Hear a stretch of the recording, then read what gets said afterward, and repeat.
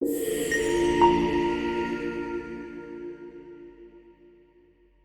night had teeth. It bit through wool and skin and the warm lie that the world could ever be ordinary again, and Sirius Black felt it in the marrow first, before he saw the ruin, before the smoke curled like a living thing out of the place his friends had made into a home.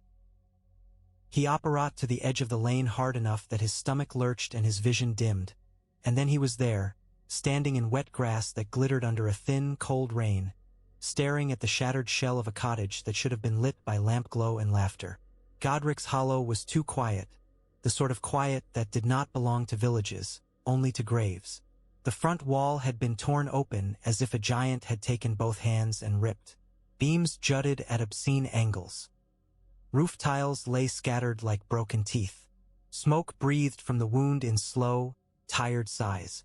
And through it all, ash drifted down, soft as snow, catching in Sirius's hair, melting on his lashes.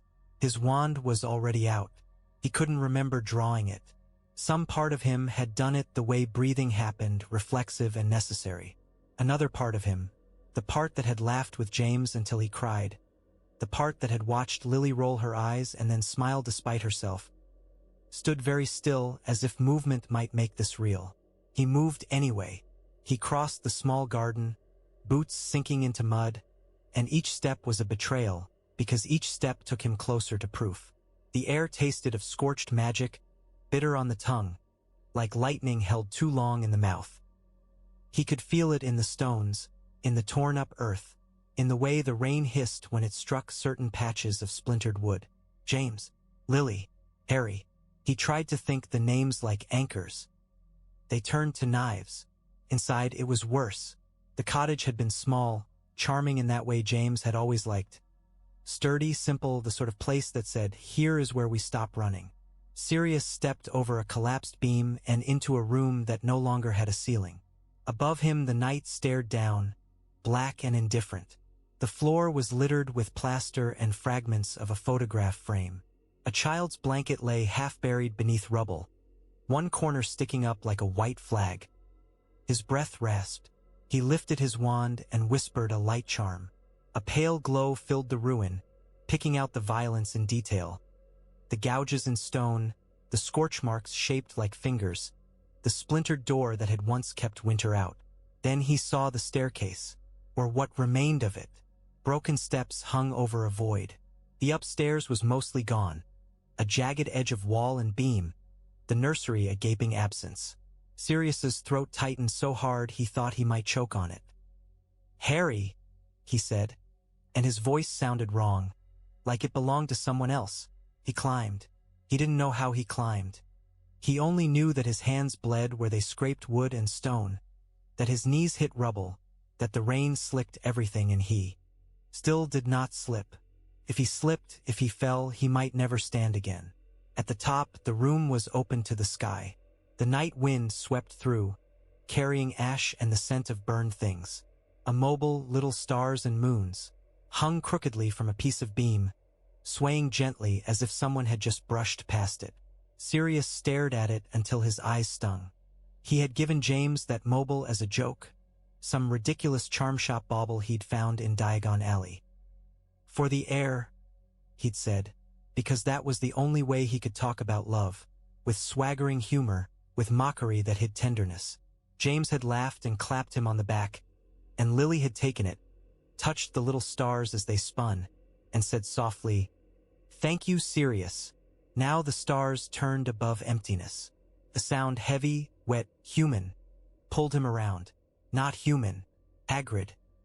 The half-giant crouched in what remained of the nursery, huge shoulders hunched, hair dripping, his great hands shaking as he cradled a bundle against his chest.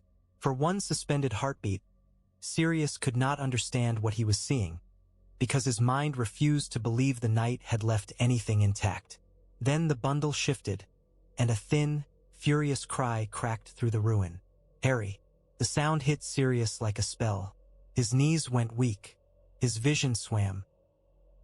He stumbled forward, and all the careful cruelty he'd honed over years fell away like a cloak. "Hagrid," he said, and the name was a plea, an accusation, a prayer. Give him to me. Hagrid's eyes were red and shining. His beard clumped with rain.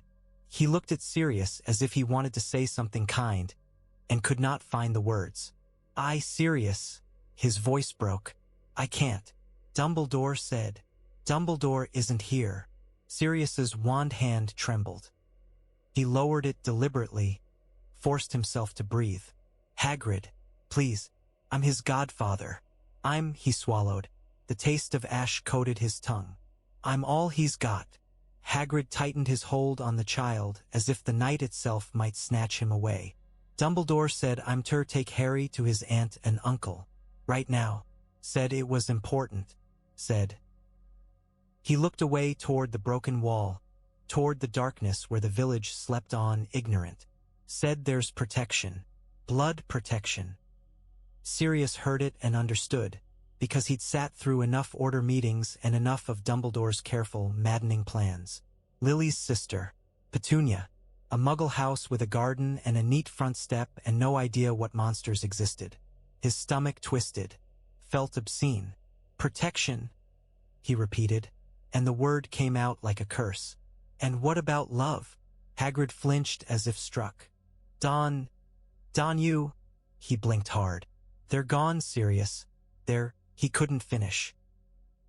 He looked down at Harry instead, at the small face screwed up in outrage, at the tuft of black hair, at the lightning-shaped mark already livid against pale skin. Sirius's chest hurt with the pressure of something too large to fit inside him.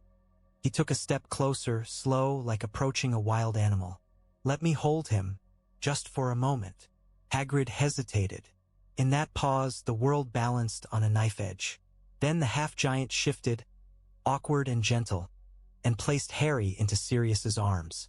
The weight of him, solid, warm, alive, nearly undid Sirius completely. Harry's cry quieted into a hiccuping, offended grumble. His small fist latched onto Sirius's shirt and held. Sirius bent his head, breathed in the baby smell mingled with smoke, and something inside him shattered cleanly, quietly, like glass. I've got you, he whispered. I've got you, pup. I swear it.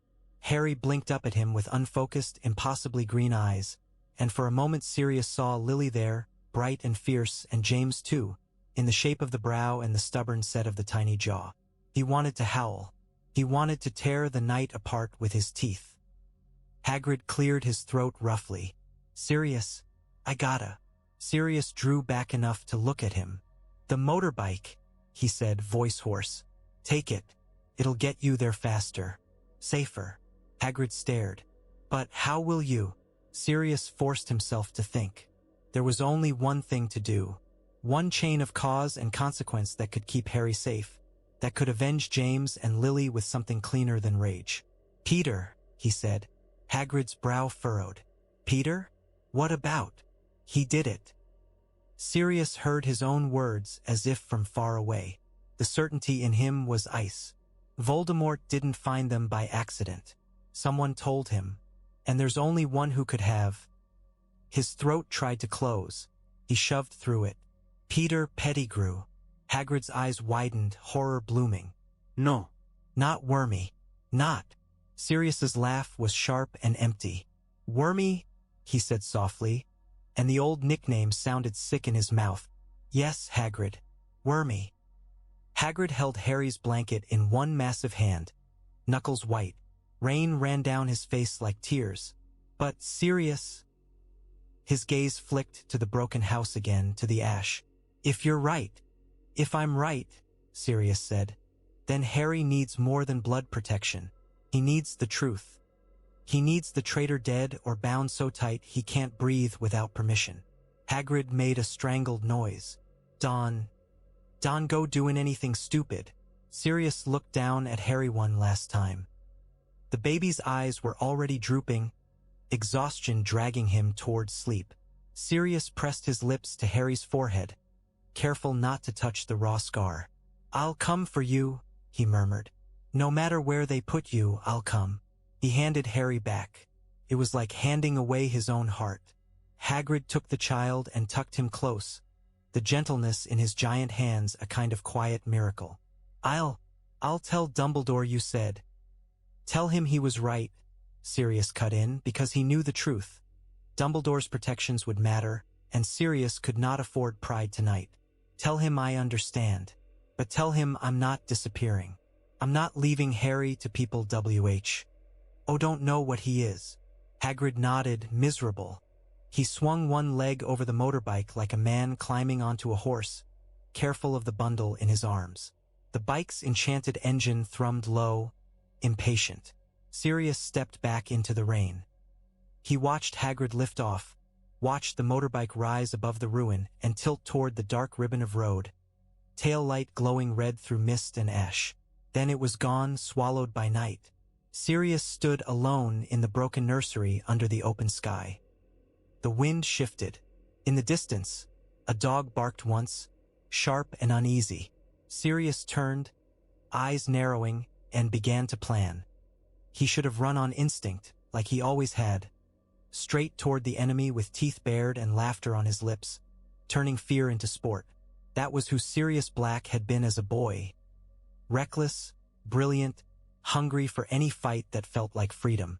Even in the Order, even in war, he had treated danger like proof he was alive.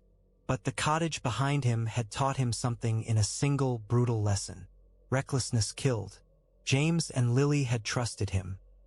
They had trusted him enough to hand him their lives, their son, their last hope, and he had nearly broken that trust. Nearly, because he had not been secret keeper in the end. He had suggested the switch, thinking it clever, thinking it safe. He had thought the world would never suspect Peter Pettigrew, small and soft and eager to please. He had been wrong about everything that mattered. The thought did not make him slow. It made him sharp. He apparat to London, to the edge of a narrow alley behind a closed apothecary in Diagon, and the city's magic hit him like a wave. He could feel witches and wizards tucked into buildings, sleeping, crying, celebrating. Word would already be spreading. He who must not be named was gone. The Potters were dead. The boy who lived. The phrase would be spoken with awe by morning, and Sirius's stomach turned at it. Harry was not a legend. Harry was a baby with a burn on his skin. He pressed his palm against the wet brick and forced himself to think through the chaos in his head. Peter. Where would Peter go? If he had truly delivered the Potters, then he had served Voldemort. And if Voldemort had fallen, then Peter would do what all rats did when the cat vanished. He would look for the next dark hole. He would seek protection. He would seek someone who could keep him safe from the wrath of the remaining Death Eaters and the vengeance of the Order. Or he would try to disappear completely. Peter's magic was not powerful, but Peter had always had one gift: survival. He could make himself small in any room. He could slip through cracks no one else saw. He had hidden behind James's jokes and Sirius's swagger and Remus's quiet intelligence for years, and they had let him, because it had been easier to love someone harmless. Sirius closed his eyes and pictured Peter's face. Pale, damp, eyes bright with nervous devotion. "I'll follow you anywhere, Sirius," he'd said once, after too many pints of butterbeer, voice trembling with gratitude at being included. Anywhere, nowhere. He needed an anchor, a place Peter would return to out of habit, out of panic, out of desperate need for what felt familiar. The old safe houses, the Order contacts, the pubs where the war-weary drank themselves into false peace. Peter would be too frightened to go to any Death Eater directly. They would kill him as readily as reward him. But he might go to the only people he knew, their world. Sirius's mind snapped to one name: Remus Lupin. Remus was alone. Remus was vulnerable. Remus had been questioned by the Order, quietly, because Dumbledore trusted him and others did not. Peter might decide to frame someone else, to keep suspicion off himself. He might decide to feed Remus to the Ministry like a lamb, offering the perfect story. A werewolf spy, bitter and half-feral, traitor by nature. Sirius's hand tightened around his wand. No, not tonight. He could not afford paranoia. Paranoia had already helped kill James and Lily by turning friends into suspects and suspects into blind spots. If he went to Remus, he might waste time. Worse, he might do something that confirmed the wrong narrative in the wrong hands. He needed certainty, not fear. He needed Peter.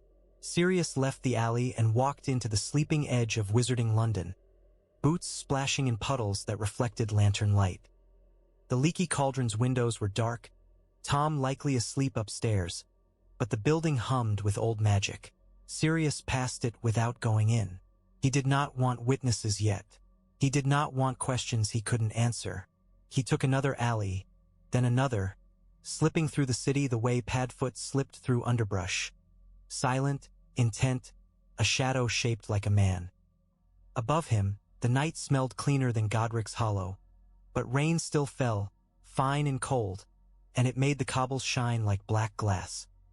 He paused at the mouth of Nocturne, where the air thickened and the light seemed to die. Shops slept behind grimy glass. Charms whispered along doorframes.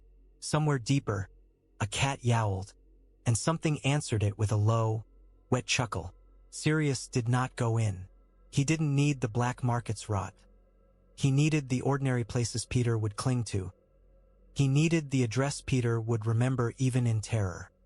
He turned instead toward a modest building tucked behind a narrow courtyard, a nondescript wizarding lodging house used during the war for those who needed a bed without questions.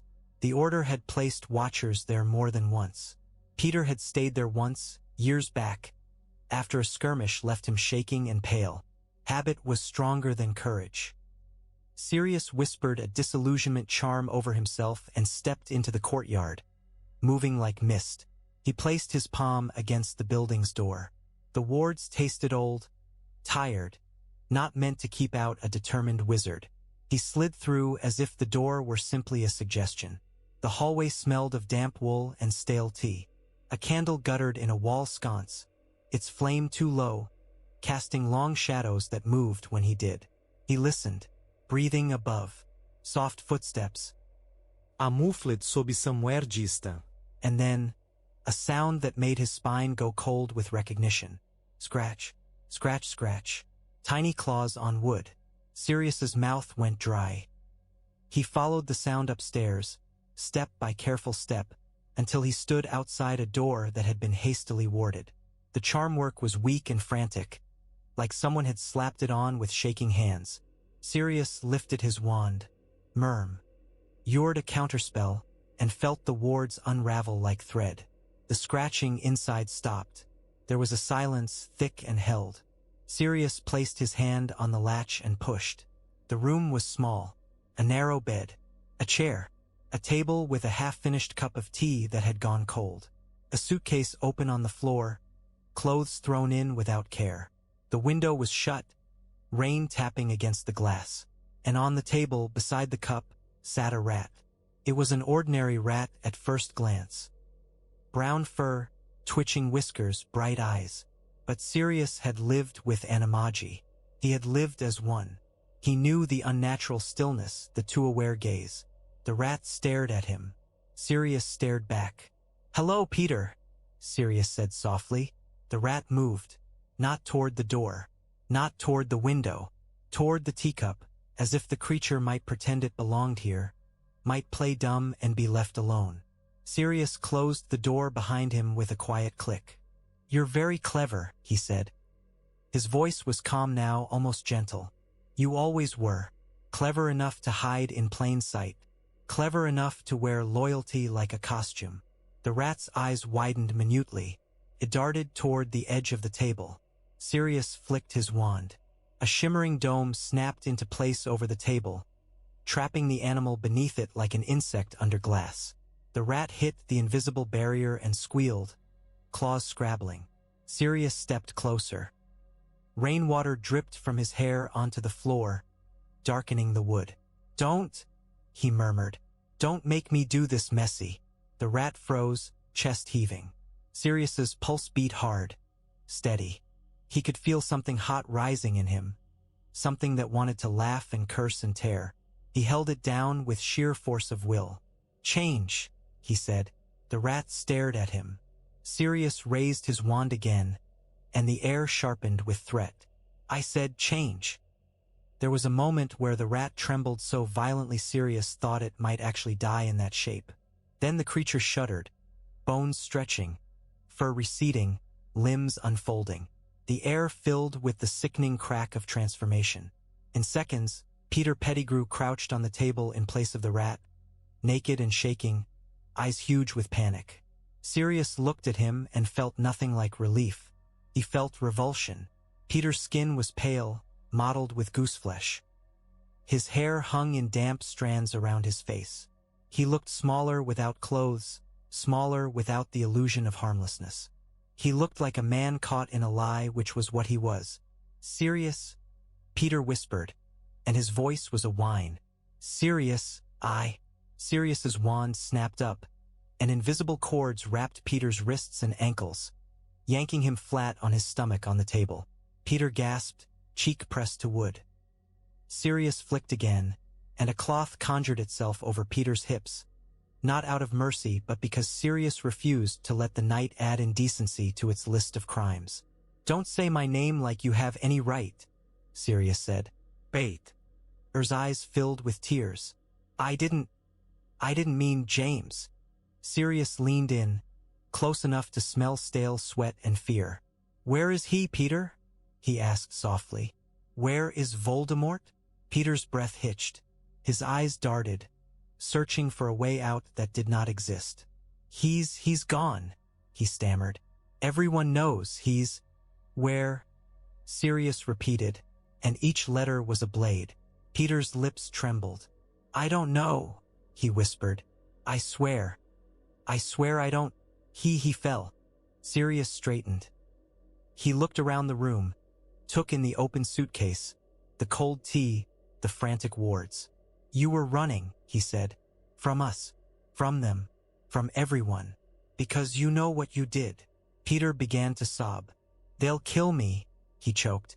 "They'll—" "Sirius, please, you don't understand." Sirius's laugh was cold enough to freeze rain. "Oh, I understand," he said. "I understand you sold James and Lily to a monster. I understand you watched them die and then went looking for a bed." Peter shook his head violently, cords biting into his wrists. "I had to," he cried. "You don't know, he would have killed me." "He killed them," Sirius said, and the words were quiet, final. Peter's face contorted, horror and self-pity mingling. "I didn't want it," he whispered. Sirius stared down at him, and the strangest thing happened. For the first time since leaving Godric's Hollow, Sirius's rage found a shape that was not chaos. It was clarity. It was a path. Killing Peter would be satisfying. It would also be useless. Harry needed truth. The world needed truth. And Sirius needed something more than blood on his hands. He needed the traitor exposed so thoroughly that no lie could ever clothe him again. Sirius lifted his wand and murmured, "Silencio!" Peter's sobs vanished into quiet, mouth still moving soundlessly. Then Sirius said, "We're going to see Albus Dumbledore." Peter's eyes went wider, terror blooming.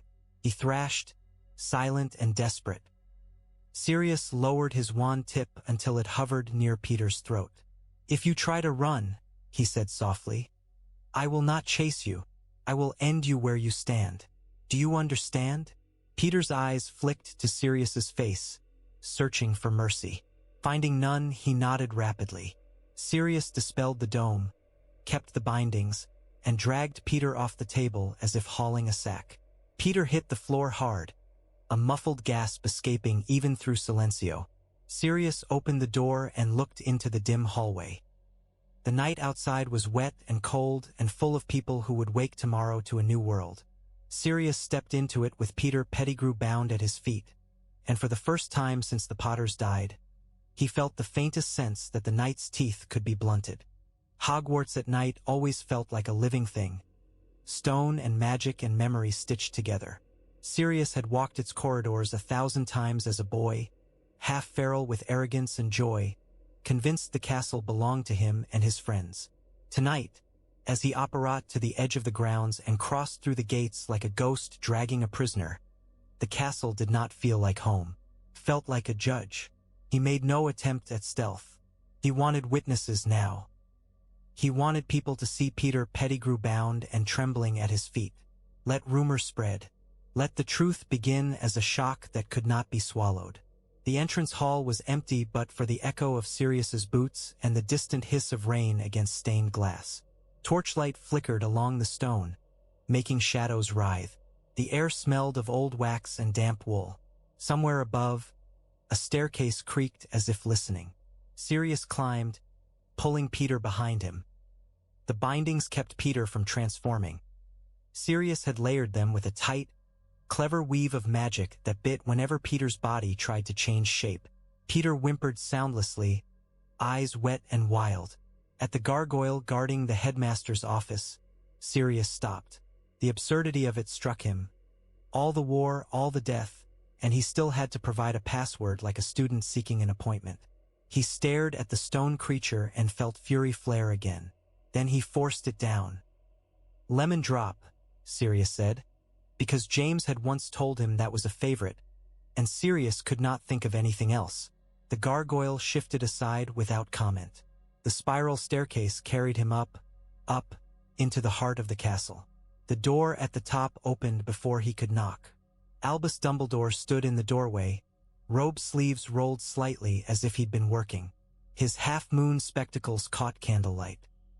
Behind him, the office glowed with warm fire and the soft were of strange silver instruments. Fawkes the Phoenix perched on his stand, head tilted, eyes bright as coins. Minerva McGonagall was there too, rigid in a high-backed chair, hands clasped so tightly her knuckles were white. She rose the moment she saw Sirius, mouth opening with a sharp intake of breath. "Mr. Black," she began. Sirius stepped into the office and released the bindings just enough to force Peter upright on his knees. Peter's shoulders hunched. His eyes darted wildly from McGonagall to Dumbledore to Fawkes, as if hoping one of them might be kinder than Sirius. Dumbledore's gaze dropped to Peter and held, and the warmth in the room seemed to cool by a degree. "Sirius," Dumbledore said softly. His voice was calm, but it carried the weight of storms held behind glass. "You are far from well. I am sorry. More sorry than words can hold." Sirius's throat tightened. He did not look away. "Save your sorrow," he said, and hated himself for the harshness even as he meant it. "I brought you the man who killed them." McGonagall made a strangled so. "And what?" Dumbledore's eyes sharpened. "Peter," he said, and the name was neither question nor greeting. It was recognition and something like grief. Peter shook his head frantically. His mouth moved, soundless, pleading. Sirius flicked his wand and lifted the silencio charm. Peter's sob hit the room like a slap. "Headmaster, Professor, please," he babbled, voice high, breaking. I couldn't." "Silence," Dumbledore said, and it was not a spell, but Peter's mouth snapped shut anyway, as if the word itself had weight. Sirius stared at Dumbledore, breath harsh. "He was secret keeper," Sirius said. "Not me. We switched. I suggested it. James agreed. Lily agreed.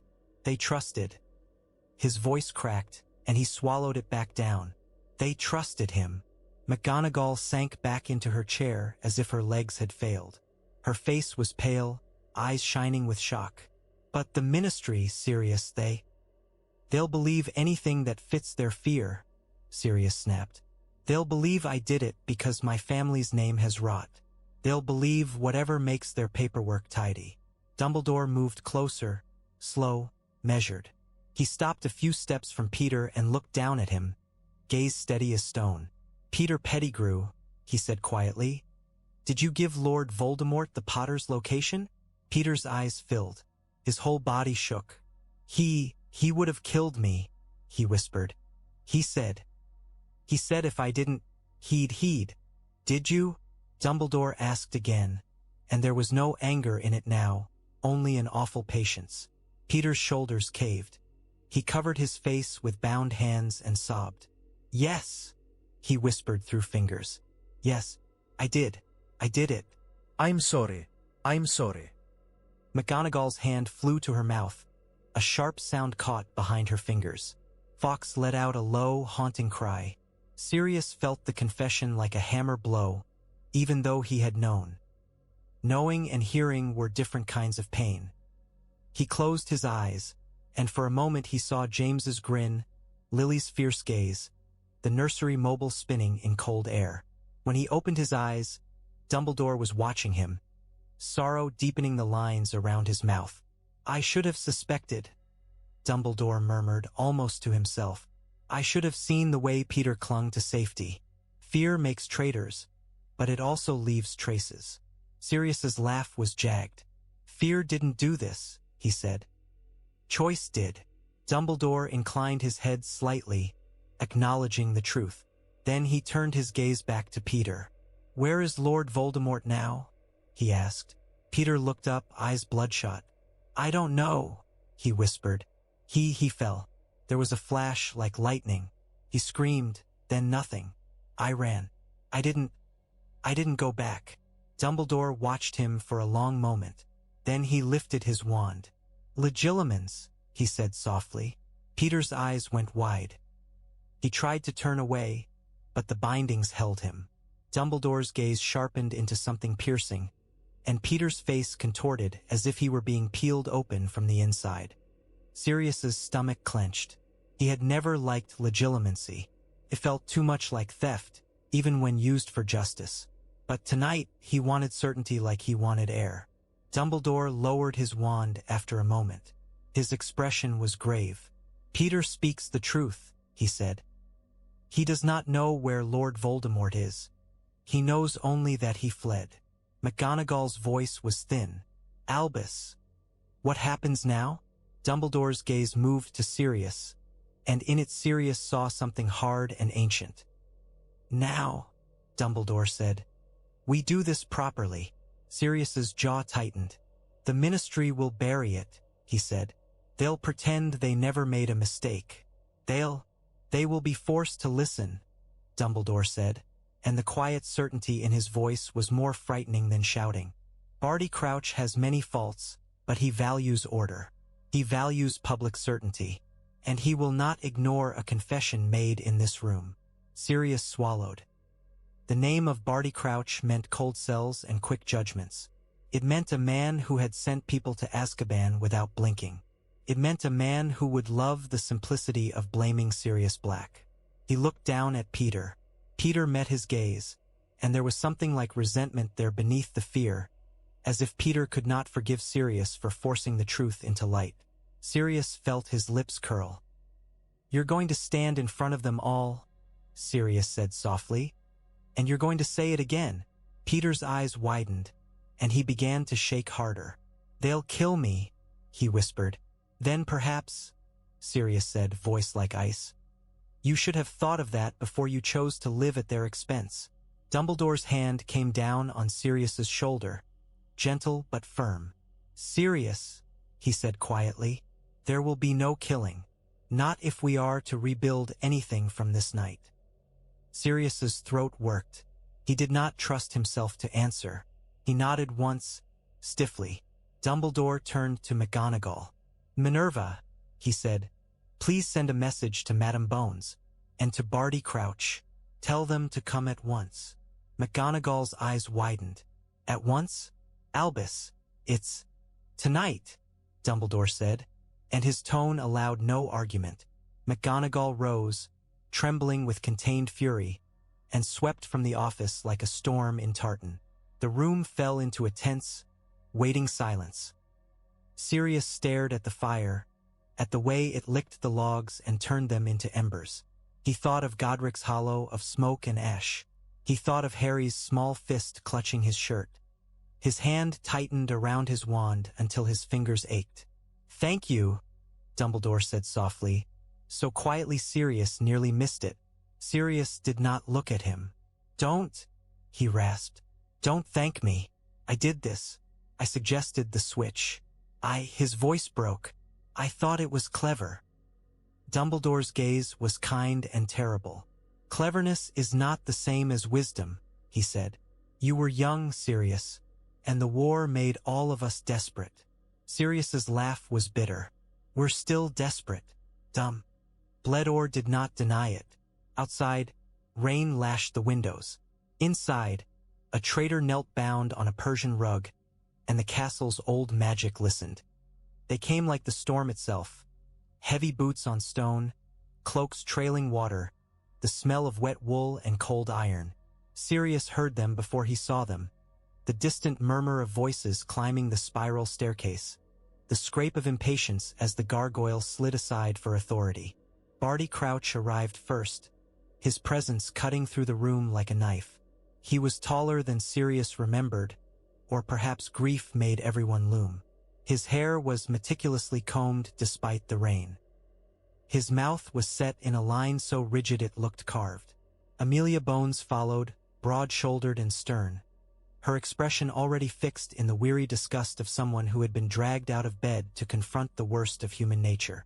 Behind them came Alastair Moody, scarred and limping, one eye spinning in its socket, the other narrowing on the room with predatory focus. Moody's gaze hit Sirius like a blow. Suspicion lived in the man like a second heart. The magical eye word, scanning, probing, seeking illusions. Then it landed on Peter Pettigrew bound on the rug. Moody's mouth twisted into something that might have been satisfaction. "Well," he growled, voice rough, "that's a sight I didn't expect tonight." Crouch's eyes narrowed. "Dumbledore," he said, and the name held irritation and grudging respect. "Explain."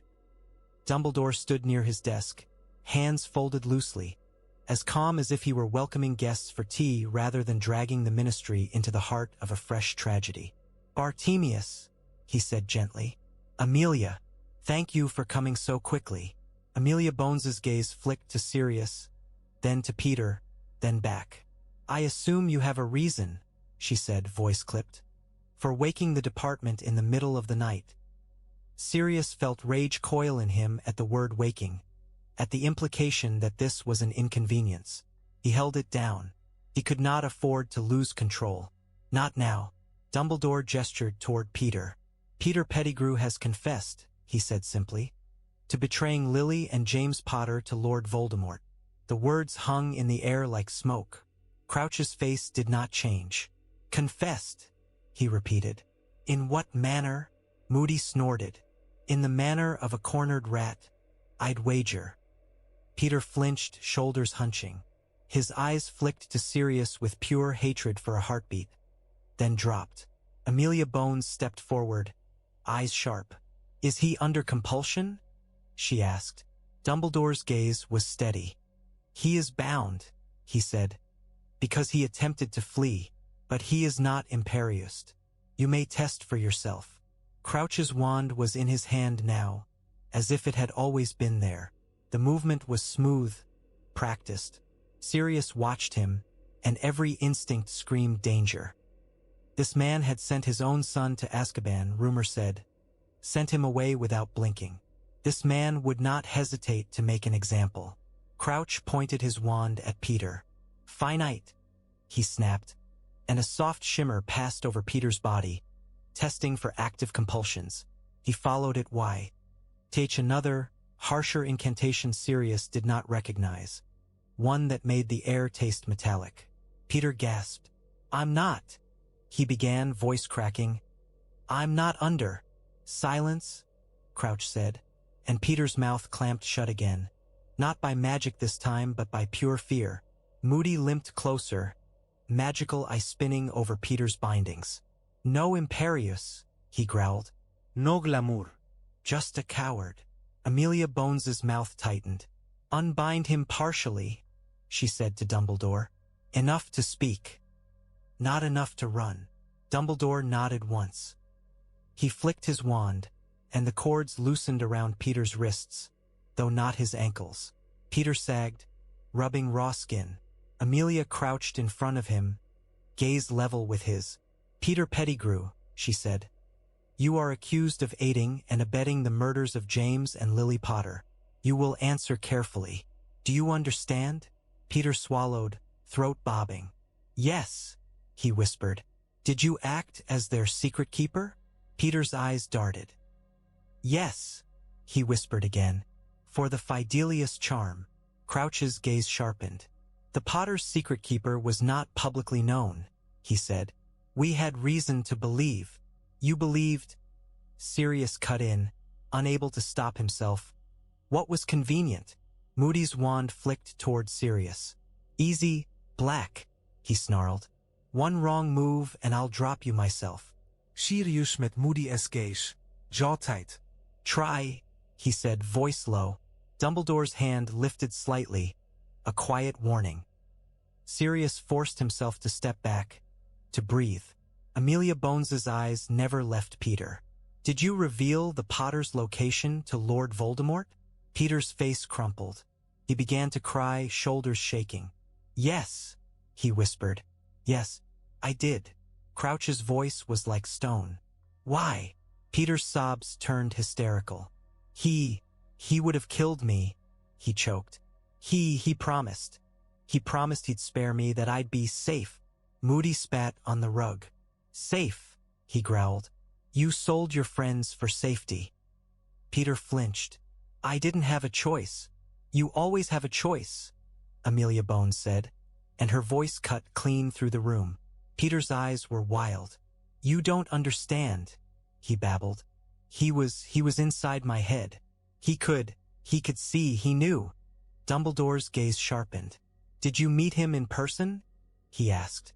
Peter nodded frantically. Yes. At a house, an old place. He was there with others. Name them, Crouch snapped.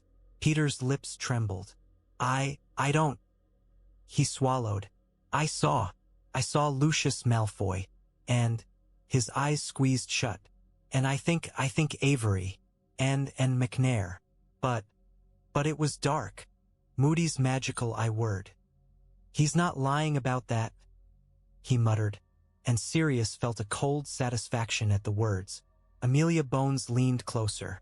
Where was this house? Peter shook his head, sobbing. I don't know. He took me. Crouch's jaw clenched. Convenient. Dumbledore spoke softly. I have already tested his mind, he said. He does not know where Lord Voldemort has gone since the attack. Amelia Bones straightened, eyes flashing with anger. Then we have, she said, a confession of treason and murder. Crouch's gaze slid to Sirius. And you, he said, voice cold, you claim you were not secret keeper. Sirius felt the room tighten around him. I was supposed to be, he said. We changed it. I suggested it. James agreed. Lily agreed. They trusted. Moody barked a laugh without humor. That's your defense? He snapped. That you were clever enough to choose the least likely traitor? Sirius's hands clenched. Ask James's wand, he said, voice shaking. Ask Lily's. Ask Peter's. You can see what spells were cast, where. Use your own damned methods. Crouch's eyes narrowed, calculating. Amelia Bones's expression shifted minutely, as if something in Sirius's fury rang true. Dumbledore's voice was quiet. The Potter's wands are... He stopped, pain flickering. They are in the ruins. I have sent for them. Moody's gaze sharpened. We can verify the Fidelius, he said. There are traces. There's always traces. Crouch's mouth tightened. Very well, he said. Pettigrew will be taken into ministry custody. He will face trial. Peter's head snapped up, terror blooming. Trial? He gasped. No, please. Amelia Bones's eyes were hard. You will answer for what you've done, she said. Crouch's gaze did not soften. And Sirius Black, he said. You will come as well. Sirius's blood ran cold. For what? He demanded. For questioning, Crouch said. For verification. For due process. The words sounded almost reluctant, but Sirius saw the calculation beneath. Crouch did not want the embarrassment of wrongfully imprisoning Sirius, not if the truth was this large. But neither would he risk letting Sirius walk free without scrutiny. Moody stepped closer, wand ready. Don't take it personal, Black, he growled. If there's even a whisper you're involved, I'll drag you in myself. Sirius met Moody's gaze. I'm coming, he said tightly, but not in chains. Not like some guilty man. Crouch considered him for a long moment. Then he nodded once, curt. "Very well," he said. "But make no mistake. If you try to flee, you will be treated as an enemy of the Ministry." Sirius's laugh was harsh. "I've been treated as worse by men who didn't bother to ask questions," he said. Dumbledore's hand fell on Sirius's shoulder again. "Sirius," he murmured. "Hold fast." Sirius swallowed, throat raw, and looked down at Peter, at the traitor's shaking hands, at the wet streaks on his face. Peter met his gaze and whispered, voice thick with fear, "You'll get me killed." Sirius leaned in, close enough that only Peter could hear. "You killed them," he whispered back. "This is the price." Then he straightened and followed the Ministry out into the wet night, carrying the weight of justice and the dread that the world would still try to twist it. The Ministry at night was a different creature entirely. By day it bustled with clerks and parchment and the illusion of order. By night, under the greenish glow of enchanted lanterns, it felt like a deep stone throat swallowing secrets. The atrium was mostly empty, but not truly. Shadows moved along balconies, whispered voices clung to the edges, and Sirius could feel eyes on him like pins. News moved faster than owls tonight. Someone had already spoken. Someone had already sent word. By the time the group emerged from the flue into the atrium, people were waiting. Aurors off duty pulled from beds, officials half-dressed beneath cloaks, Ministry witches with hair hastily pinned, faces pale with shock. At the center of it all, Peter Pettigrew shuffled in chains, wrists bound with cold iron, eyes darting like a trapped animal. Amelia Bones walked beside him, jaw tight.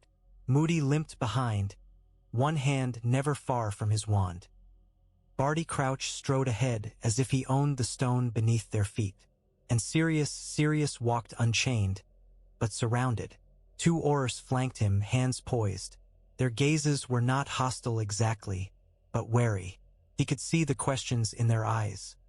Is it him? Is this the Mad Black who betrayed the Potters? Is this justice or another trick? He held his head high out of sheer stubbornness. Pride had been poison in the past, but tonight it was armor. If he looked guilty, they would treat him as such. If he looked like a man who belonged among the innocent, perhaps they would hesitate before condemning him. Crouch led them through corridors that smelled of ink and stone dust. Sirius caught glimpses of familiar doors, magical law enforcement, Wizengamot administration, the small antechambers where decisions were made over tea and signatures. He had never spent much time in the Ministry. He had always preferred action to bureaucracy. Tonight, bureaucracy was the battlefield. They were brought into a hearing room, smaller than the grand Wizengamot chamber but still imposing. Rows of benches rose in tiers. The ceiling was high, shadowed. A single long table sat at the front, lit by floating lamps that cast a harsh light. Sirius's stomach tightened. He could almost imagine Dementors sliding along the walls, even though none were present. The Ministry did not need creatures to make men tremble. It had its own methods. Amelia Bones sat at the table, parchment in front of her. Crouch took a seat beside her, eyes like flint. Moody stood behind, looming, magical eye scanning the room. Peter was placed on a chair with restraints. He looked small, swallowed by the space, hair plastered to his forehead with sweat. His chains clinked softly when he moved. Sirius remained standing, hands at his sides. He could feel the urge to pace, to move, to do something. He forced himself still. James had always been the one who could sit through lectures without fidgeting. Lily had always been the one who could stare down authority without blinking. Sirius drew on them like ghosts behind his shoulders. A witch in official robes entered with 2 wands sealed in evidence pouches. Sirius's breath caught. He recognized James's wand immediately, the familiar length, the worn grip. Lily's was beside it, slender and elegant. Grief hit him anew, sharp and clean. He swallowed it down until his throat burned. Amelia Bones gestured, and the witch placed the wands on the table. "We retrieved these from the ruins," Amelia said, voice steady. "Albus Dumbledore confirmed identity by prior record." Crouch leaned forward, fingers steepled. "Peter Pettigrew," he said. "Repeat your confession for the record." Peter's lips trembled. He looked around as if hoping someone would speak for him, then slumped. He swallowed. "I was their secret keeper. I told Voldemort where they were." A murmur rippled through the benches. Sirius felt it like heat. Crouch's voice was cold. "Why?" Peter's shoulders hunched. "He threatened me," he whispered. He promised I'd be spared. I was afraid." Moody made a sound of disgust. Amelia Bones's eyes were hard. Crouch's gaze flicked to Sirius. "And you claim," he said, "that you are not responsible." Sirius met his gaze. "I am responsible for trusting him," Sirius said, voice low. "But I did not betray them." Crouch's mouth tightened. "We will see." Amelia Bones lifted James's wand carefully, as if it were fragile. "Priori incantatem," she said, and the words rang in the room like a bell. A pale mist spilled from the wand tip, curling upward. The last spells it had cast shimmered in ghostly sequence. Protective charms, household magic, then an echo of a shield charm, fierce and desperate, and finally a flash of green, harsh and unmistakable. A gasp went through the benches. Sirius's hands clenched until nails bit his palms. Amelia Bones set James's wand down with shaking fingers. She lifted Lily's. Again. Priori incantatem. The ghostly mist curled. There were spells of defense, charms spoken in panic, and then, the same brutal green, the same finality. The room seemed to shrink around it. Sirius's chest tightened so hard he thought he might vomit. Then Amelia Bones lifted a third wand, Peter's, retrieved from his lodging house. Sirius's gaze locked onto it. His heartbeat hammered. "Priori incantatem," Amelia said. Mist curled from Peter's wand, and the air filled with echoes. "O disillusionment charm, o silencing spell, o hasty word." Then, an unmistakable signature. The Fidelius charm itself, its resonance faint but present like a bell struck long ago. And after that, an apparition trace, sharp and panicked. And then, a spell shaped like a whisper. A message charm, the kind used to send a location to another wizard. Crouch's eyes narrowed. "Is that?"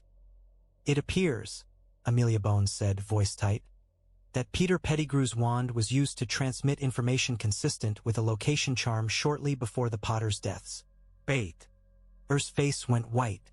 "No," he whispered. "No, that—" Moody's wand snapped up. "Shut it," he snarled. The room erupted in murmurs. Sirius felt something inside him unclench for the first time in hours. Proof. Not just confession. Proof in magic's own language. Crouch leaned back, jaw clenched. He looked at Sirius as if seeing him anew, and Sirius saw something like reluctant acknowledgement flicker behind the man's eyes. "Very well," Crouch said at last, voice clipped. "Sirius Black will be released from immediate suspicion pending formal Wizengamot review. Peter Pettigrew will be held for trial on charges of treason, murder, and conspiracy." Peter began to sob again, shoulders shaking. "Please," he whispered. "Please." Amelia Bones's gaze was unyielding. "You will answer," she said. Crouch's eyes flicked to Sirius once more. "Do not mistake this for absolution," he said. "The circumstances of the Secret Keeper switch will be examined. Your actions tonight. Dragging a suspect to Hogwarts. Interfering. I saved you time," Sirius snapped. Moody's magical eye whirred toward him. "You also nearly started a bloodbath," he growled. Sirius's jaw tightened. "If I wanted blood," he said quietly, "there'd be blood." Silence fell. Even the benches stilled, sensing the truth in his tone. Amelia Bones rose. "This hearing is adjourned," she said. "Mr. Black, you may leave. Mr. Pettigrew." Her gaze hardened. "You will be taken below."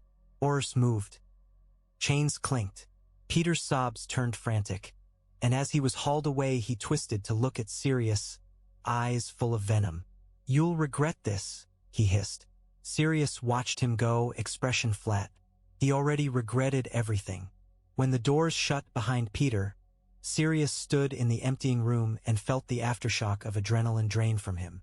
The air seemed too thick, the lights too bright. He suddenly wanted to run. Not from guilt, but from the crushing weight of being alive when James and Lily were not. Moody stepped closer, one real eye narrowed. "You did good," he said grudgingly, as if the words tasted unpleasant. Sirius stared at him. "Don't," he said hoarsely. "Don't congratulate me for catching the man who murdered my family." Moody grunted. "Then don't fall apart," he said, "because it's not over." Sirius's throat tightened. "I know," he whispered. Outside the hearing room, the ministry's corridors hummed with whispers. Sirius walked through them like a man walking through smoke, and somewhere deep beneath the stone, Peter Pettigrew screamed. He found them the next night, not by chance, not by luck, by the same determination that had dragged Peter out of hiding and into the ministry's harsh light. Sirius did not sleep. He did not know how. Every time he closed his eyes, he saw the cottage's ruined roof opening to the sky, the mobile spinning in cold air, the ash falling like pale snow. He went first to Hogwarts because he had promised Harry he would come. Dumbledore met him in the entrance hall as if he'd expected him, silver hair loose around his shoulders, expression unreadable. "You should rest," Dumbledore said gently. Sirius's laugh was a scrape. "You sent him away," he said. Dumbledore did not deny it. "Yes." Sirius took a step closer, rage flickering. "To her," he spat. "To Petunia. To safety," Dumbledore corrected softly. Sirius's hands clenched. "He's a baby," he said, voice shaking. He needs to live," Dumbledore said, and there was steel beneath the gentleness now. "And Lily's sacrifice left a protection that can be anchored only in her blood. Petunia Dursley is the only remaining relative who can seal it." Sirius stared at him, hatred and desperation battling. "So he's a charm," he whispered. "A ward, a piece on your board." Dumbledore's eyes were sad. "He is a child," he said, "and I would give anything to spare him what is coming. But the world will not spare him. Not because of what I plan, Sirius, but because of what was done to him." Sirius's chest hurt. "Then let me be there," he said. "Let me take him. Let me raise him with wards of my own. You cannot anchor Lily's protection without Petunia's home," Dumbledore said. "But you may be there in other ways, if you choose to. If you can do so without tearing apart the protection with your fury." Sirius's throat worked. He wanted to shout. He wanted to throw something. He wanted to demand that Dumbledore bend the laws of magic the way Dumbledore bent everything else. Instead he said, "Where?" Dumbledore studied him for a long moment. Then he sighed, and the sigh sounded like years. "Privet Drive," he said. "Number 4. Little Whinging." Sirius left Hogwarts without another word. Little Whinging was exactly what it sounded like. A place that had never heard of dragons or dark lords or the cost of a war. It was neat lawns and trimmed hedges and street lamps that cast pale circles of light onto wet pavement. It was Muggle England tucked into itself like a closed fist. Sirius stood across the street from number 4 under the rain, and for a moment he felt like he had stepped into a different universe entirely. The houses were identical in their smug uniformity. Curtains were drawn tight. The night smelled of damp earth and petrol, not magic and ash. He could feel it, though. The charm Dumbledore had woven, the protection settling like invisible frost over the house. It hummed in the air, faint but potent. Lily's blood, Lily's love, turned into a shield. His stomach twisted with bitter admiration and fury. A shadow moved behind the curtain of number 4's front window. A large silhouette, Vernon Dursley, paused as if listening, then shifted away. Sirius imagined the man's face. Red and outraged at the inconvenience of a baby delivered on his doorstep, at the intrusion of anything abnormal into his tidy life. Sirius's hands clenched. He approached the house carefully, moving through the rain like a ghost. He did not cross the property line. He could feel the protection there like a line of hot wire. He stopped at the edge of the lawn and stared. Inside, behind the glass, Petunia Dawsley moved into view. Thin, tense, face pinched with resentment. She held Harry awkwardly, as if afraid he might stain her. The baby's head rested against her shoulder. His eyes were closed. His small mouth twitched in sleep. Sirius's breath caught. He wanted to surge forward. He wanted to rip the door open, snatch Harry away, and run until the world ended. Instead, he stood still in the rain and watched. Petunia shifted, looking down at Harry with something that might have been fear. Her lips moved, as if speaking to someone out of view.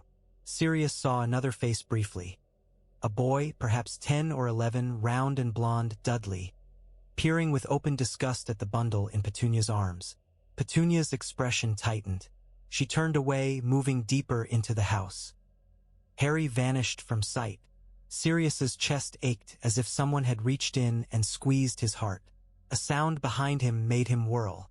A cat sat on the sidewalk, tail curled neatly around its paws, watching him with unervingly intelligent eyes. For a heartbeat, Sirius thought it was an animagus. Then he recognized the look. Professor McGonagall in her cat form, her gaze sharp as ever. Sirius held very still. The cat blinked once, slow, disapproving. Sirius took a shallow breath. "I'm not going to break it," he whispered, knowing she could hear. "I'm not going to ruin the protection." The cat's ears flicked. It rose, stepped closer, then stopped at the edge of the lawn, mirroring Sirius's restraint. For a moment, in the rain, they watched the house together like sentinels guarding a treasure they could not touch. Sirius's voice was barely audible over the rain. "He can't grow up here," he whispered. "Not like this. Not with them." The cat's gaze did not soften. It did not need to. McGonagall had never been the sort to offer easy comfort. Her presence itself was her answer. The world was cruel, and they would have to make their own mercy. Sirius swallowed. "Tell Dumbledore," he said quietly, "that I'll do it his way, for now. But if they hurt him, if they neglect him—" His voice went low, dangerous. "I will not be gentle."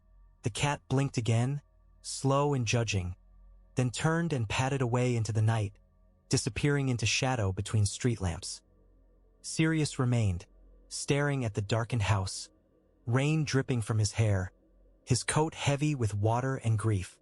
He pressed his palm to the invisible line of protection and felt the magic hum against his skin like a living thing. "I'm here," he whispered toward the house, toward the sleeping child inside. "I'm still here."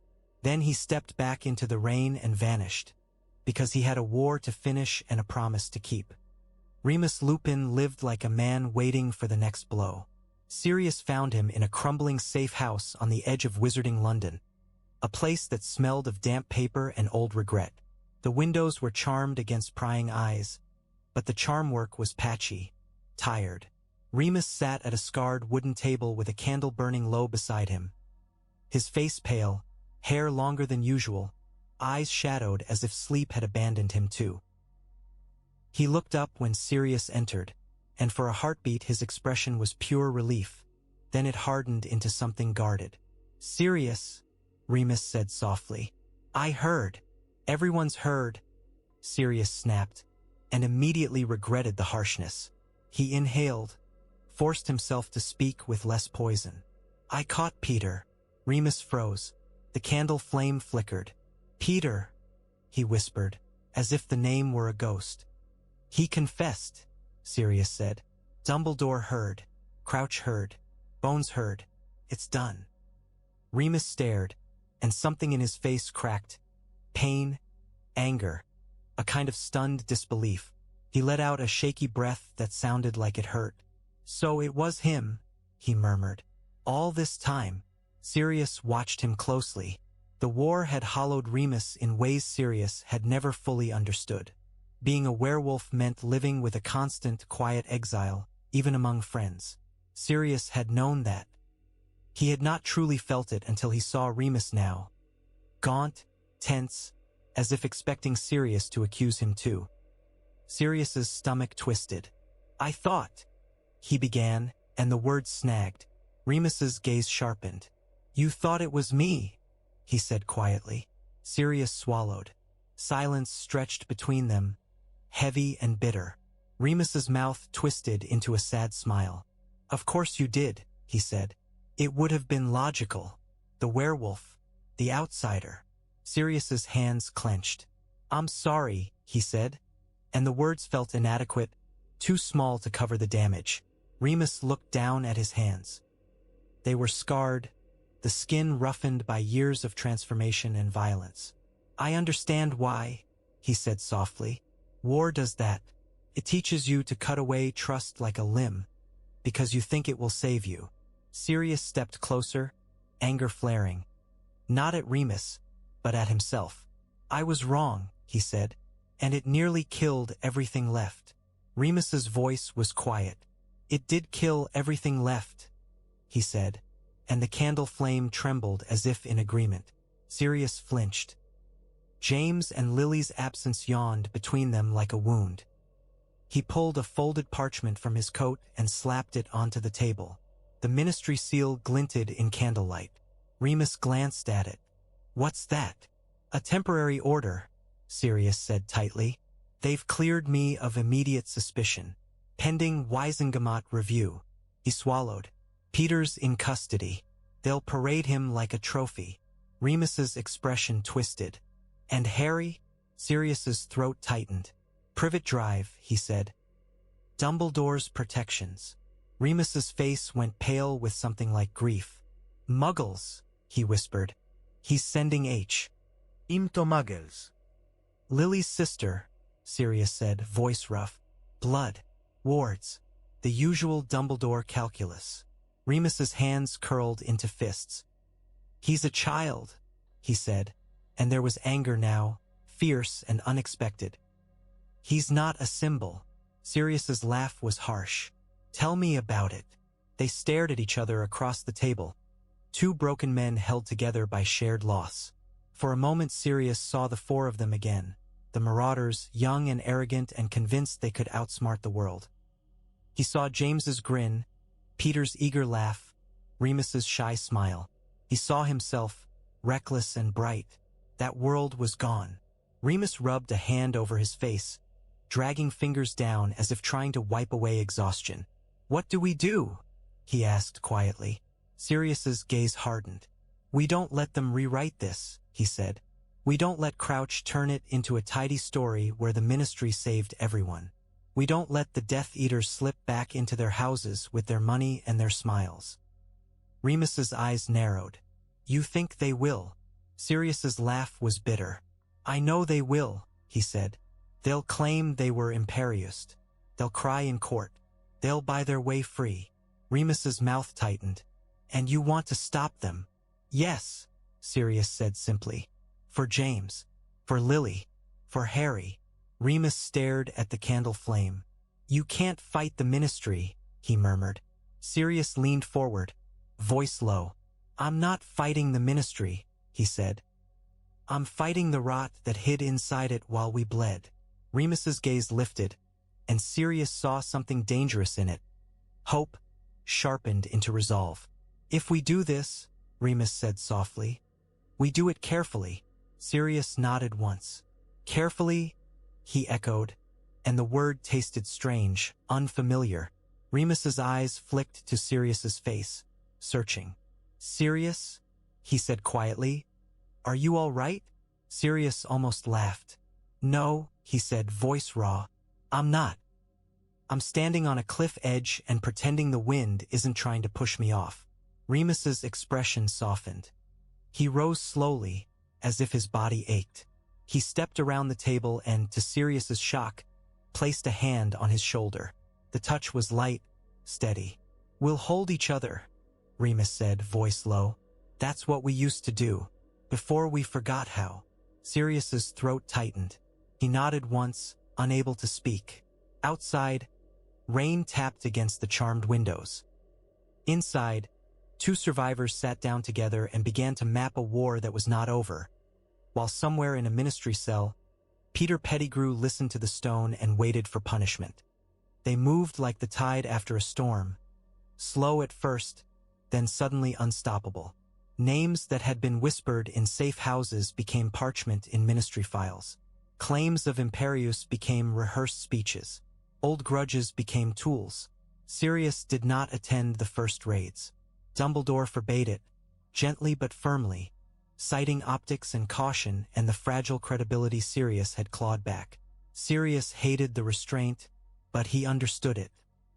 If he appeared at the door of a pure-blood manor with hatred in his eyes, the ministry would paint him as a vengeful black seeking blood. So he stayed in shadows and fed information. He and Remus dug through old order notes, through memories shared in low voices, through the small details people overlooked. Dumbledore listened, expression grave, and passed what he could to Amelia Bones, who, unlike Crouch, seemed to possess a spine that did not bend easily to politics. The first name to fall with real weight was Lucius Malfoy. Sirius did not see the arrest firsthand, but he heard about it from Moody, who described it with grim satisfaction. "Manners as cold as a tomb," Moody had growled, pacing Sirius's kitchen in Grimmauld Place as if the house itself offended him. "Silver everywhere, green fire, like they're trying to pretend darkness is elegance. Malfoy comes down the stairs in his silk robes, acting like we're there to beg him for donations." Sirius had clenched his jaw. "And Moody's magical I-word. And he tries to cry Imperius," he spat. "Says he was forced. Says he never wanted it. Says he's a loyal citizen." Sirius had laughed, harsh and joyless. "Did you believe him?" Moody's grin had been a slash. "I believed him about one thing," he'd said. "He never wanted it when it got dangerous." In Sirius's mind, the scene replayed as if he'd been there. Lucius Malfoy's pale face composed, his eyes calculating, his wife Narcissa standing behind him like a porcelain statue, fear tucked beneath pride. Aurors in dark cloaks filling the manor's doorway, wands ready, boots leaving muddy prints on polished stone. Sirius imagined Lucius's hand tightening on his cane, imagined the way his voice would have softened into pleading at exactly the right moment. He imagined, too, the dark mark on Lucius's arm. Whether it burned now that Voldemort was gone, whether it lay dormant like a scar. It was not enough, Sirius knew, to arrest men like Lucius Malfoy. Men like him had survived for centuries by turning laws into shields. They would claim compulsion. They would present tears and trembling hands. They would pour gold onto the scales of justice until the scales snapped. Sirius wanted to burn the whole system down. Remus stopped him. "Let them try their lies," Remus had said quietly, sitting with Sirius in the drawing room of Grimmauld Place. The curtains were drawn, the house's ancient portrait murmurs muffled by charms. The air smelled of dust and old family bitterness. "We have something they don't." Sirius's gaze had been sharp. "What?" Remus's voice had been soft. "Time," he said. "And the truth. They can run, but they can't outrun what they did. Not if we keep pulling the threads." Sirius had stared at him, and for a moment he hated Remus for being calm. Then he understood. Remus's calm was not peace. It was survival. It was the stillness of a wolf waiting in snow. Sirius turned toward the fire, hands clenched. "And Harry," he said, voice rough, "while we pull threads, he's sleeping in a cupboard under the stairs." Remus's face tightened. "You don't know that," he said. Sirius's laugh was sharp. "I know people like them," he said. "I grew up with them, just with different wallpaper." Remus's eyes held his. "Then watch," he said. "Protect him quietly. Give Dumbledore his wards. But don't abandon Harry to them." Sirius swallowed. He nodded once, quietly, so he watched. He learned the routines of Privet Drive like a spy. He took dog form and lay under hedges at night, listening to voices through walls. He watched Petunia's stiff movements, Vernon's blustering temper, Dudley's spoiled cruelty. He watched Harry, too, small and quiet, carried from room to room like an inconvenient package, his scar a vivid line on his forehead. Sirius did not interfere directly. He clenched every instinct to do so, but he did small things. Charms on the windows to keep the house warm in winter, a subtle ward against hunger that made food stretch a little farther when Harry's portion shrank. A whisper of magic that made Vernon's hand hesitate when anger flared. It was not enough. It would never be enough. Still, it was something. And while Sirius watched a child grow in a house that did not want him, the Ministry fought its own war, one parchment at a time, against a darkness that wore silk and smiles. The Wizengamot did not care about grief. It cared about precedent, about bloodlines, about the performance of justice as much as justice itself. Sirius walked into the chamber with his spine straight and his stomach hollow, feeling every whisper brush his skin like spiders. They wore their antiquity like armor, old witches and wizards in deep-colored robes, some with powdered wigs that made them look like ghosts from another era. Their eyes followed Sirius with a mix of curiosity and suspicion, as if they were watching a dangerous animal that might bite. He stood at the center of the floor beneath enchanted torches that burned with steady flame. Amelia Bones stood nearby, parchment in hand, her expression set in stern focus. Barty Crouch sat among the officials, posture rigid. Moody lurked in the shadows like a threat made flesh. And Dumbledore watched from the side, not seated among them, because he refused their politics when he could. His gaze met Sirius's once, calm and steady, offering no promises but a kind of silent support. The chief warlock, an elderly wizard with a voice like dry parchment, called the hearing to order. The words echoed in the chamber, swallowed by stone. Sirius Black, the chief warlock intoned.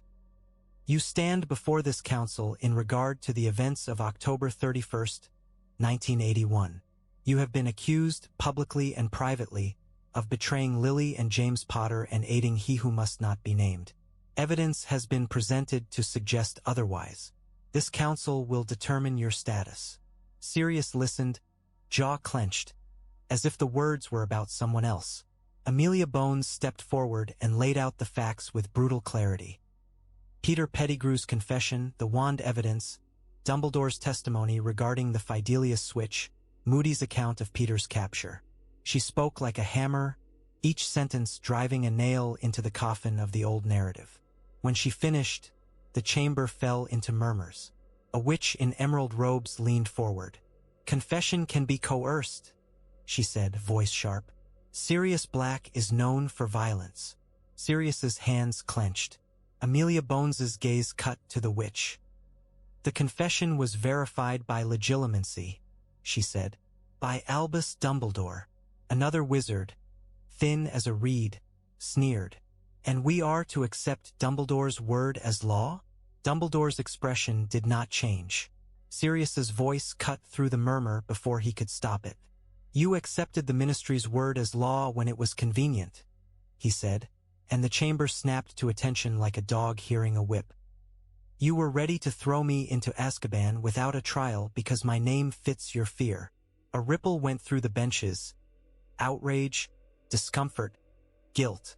The chief warlock's gavel struck stone. Mr. Black, he said, voice stern. You will speak when invited. Sirius's jaw tightened. He forced himself silent, breathing hard. Questions followed, cold and clinical. Why had he suggested the switch? Why had he not informed the Ministry? Why had he pursued Peter alone? Why had he not sought immediate official intervention? Sirius answered with as much truth as he could bear. Because we were at war, he said. Because the Ministry was leaking like a sieve. Because we trusted each other more than we trusted you. The last words earned him glares, but he did not take them back. At last the chief warlock conferred with a cluster of elders. Whispers rose and fell like wind. Sirius stood motionless, feeling sweat trickle down his back despite the chamber's chill. He thought of James and Lily, of how they would have hated this, how James would have snarled, how Lily would have spoken with cutting precision, how both of them would have refused to kneel. He refused to kneel too. The chief warlock rose. Sirius Black, he said. This council finds insufficient evidence to hold you culpable for the betrayal of the Potters. The confession and wand evidence implicate Peter Pettigrew. You are cleared of treason. Your wand privileges will be restored. Your status as a free wizard stands. A murmur swept the chamber. Some faces tightened with displeasure. Others looked relieved, as if grateful not to bear guilt. Sirius felt no triumph, only exhaustion. The chief warlock lifted a hand. However, he continued, and Sirius's stomach tightened, this council notes with concern the reckless nature of your actions in apprehending Peter Pettigrew without ministry sanction. You will be placed under observation for a period determined by the Department of Magical Law Enforcement. Sirius's jaw clenched so hard his teeth ached. Crouch's mouth tightened, as if this compromise pleased him. Moody's magical word, satisfied. Amelia Bones's gaze flicked to Sirius, apology and anger mingling. She had won him freedom, but the ministry could not resist leaving its mark. Dumbledore moved closer when the hearing ended, his voice soft. It is over, he murmured. Sirius stared at the council, at the ancient robes and the rigid faces, and felt something cold settle in him. No, he said quietly. It's not. Dumbledore watched him, understanding in his eyes. Sirius turned away from the chamber without bowing, without gratitude, and walked out into the ministry's corridors with his freedom restored and his rage sharpened into something steadier. Outside, rain still fell. Somewhere in a Muggle suburb, a child with a lightning scar slept in a house that did not love him. Sirius Black had been spared Azkaban, but he had not been spared the war. Grimmauld Place hated him. It hated his breath, his footsteps, the very fact that Sirius's blood dared to move through its halls without bowing to the old family rot. Portraits muttered behind curtains. The wallpaper seemed to sweat disdain. The air carried the faint, sickly sweetness of dust and dark magic that had soaked into stone for generations. Sirius had come here anyway, because he needed a place that could not be easily breached, a place his enemies would hesitate to enter. He needed walls that remembered cruelty because cruelty was a kind of strength, and he was too tired to pretend otherwise. He stood in the drawing room with the curtains drawn tight, fire burning low, shadows pooled in corners like ink. In his hands he held a scrap of fabric, a small blanket corner he'd taken from Godric's hollow, the only thing he'd been able to keep without collapsing under the weight of memory. It still smelled faintly of smoke and something softer beneath.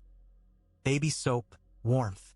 Remus sat in an armchair across from him, quiet, watching Sirius with a gaze that saw too much. Sirius stared at the blanket. His fingers curled around it as if it were a lifeline.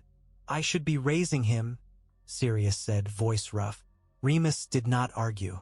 I know, he said softly. Sirius's throat tightened. I keep seeing him, he whispered, in her arms. Petunia, like she's holding a parcel she wants to return. Remus's face tightened with anger. And you didn't break the door down, he said quietly. Sirius's laugh was bitter. I wanted to, he admitted. Merlin, I wanted to. But Dumbledore's wards, Lily's wards, if I ruin them out of anger and Voldemort comes back. If he comes back, Harry dies because I couldn't hold myself still. Remus's gaze held his. You're learning restraint, he said, and there was a strange tenderness in it. James would be proud. Sirius's eyes stung. James is dead, he said harshly. Remus flinched, then nodded once, as if accepting the blow. Yes, he said, but what he loved in you isn't dead. Sirius looked away, jaw clenched. The fire crackled, throwing embers like tiny stars. Sirius thought of the mobile in the nursery, the stars spinning above emptiness. He thought of the way Harry's fist had clutched his shirt, trusting without knowing why. He squeezed the blanket until his knuckles whitened. I'm going to be there, Sirius said quietly. Even if I can't be inside that house, I'm going to watch. I'm going to protect him. I'm going to make sure he knows, when he's old enough, that his parents loved him, that they didn't abandon him. Remus's voice was soft. And what about you? He asked. What do you need? Sirius's laugh was a scrape. I need Peter to rot, he said. I need the Death Eaters to face what they did. I need Harry to have a childhood that isn't built on lies. Remus's eyes darkened. You think Voldemort can return, he said. Sirius stared into the fire. "He didn't die like a man," he said slowly. "He vanished. His magic didn't fade, it exploded. That isn't natural. And Peter didn't look like a man freed by his master's death. He looked like a man whose leash had been cut but whose collar still choked him." Remus's hands tightened on the arms of his chair. "Then we stay ready," he said. Sirius nodded once. Slow. "We stay ready," he echoed.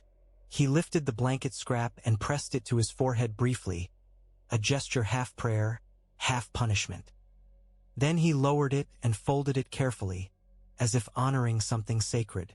In the silence that followed, the house's portraits whispered faintly behind curtains, and Sirius ignored them. He was a Black, yes, but he was also a marauder, a godfather, a survivor of a night that had torn the world open. And he would not let the darkness swallow the last piece of James and Lily left in the world. Not while he still had breath. Not while he still had teeth. The ministry learned to pronounce the word traitor with a kind of relish. They tasted it on their tongues like a new wine, rolling it around in their mouths, as if it might cleanse the bitterness of the years they'd spent afraid. They came in their hundreds to watch Peter Pettigrew brought out in irons. Clerks who'd never cast anything stronger than a filing charm. Witches who'd cried into their pillows when friends didn't come home. Men who'd served in the Ore office and wanted something clean to strike at, something that wouldn't strike back. Sirius stood among them and felt nothing clean at all. The Wizengamot chamber stank of torch smoke and old stone. It had the claustrophobic hush of a cathedral built for punishment. Golden flames in wall sconces licked upward without warmth, and the air was heavy with whispers that died whenever the doors creaked. Sirius could feel eyes on his back, on his name, on the old black blood they'd been ready to condemn in their haste. He could feel the way some watched him with grudging curiosity, as if waiting to see whether he would snap. He wouldn't give them the satisfaction. Peter was dragged to the center of the floor, wrists chained, ankles chained, the metal biting into pale skin. He looked smaller than he ever had at Hogwarts, smaller than the little rat he'd tried to be. His cheeks were blotched red. His hair was lank with sweat. His eyes darted around the chamber, searching for a crack in the world to crawl into. They'd taken his wand. They'd taken his magic. All that remained was his mouth, and even that seemed to tremble in his skull like a trapped thing. Amelia Bones stood at the dais with parchment in hand, voice clear and merciless as she read the charges.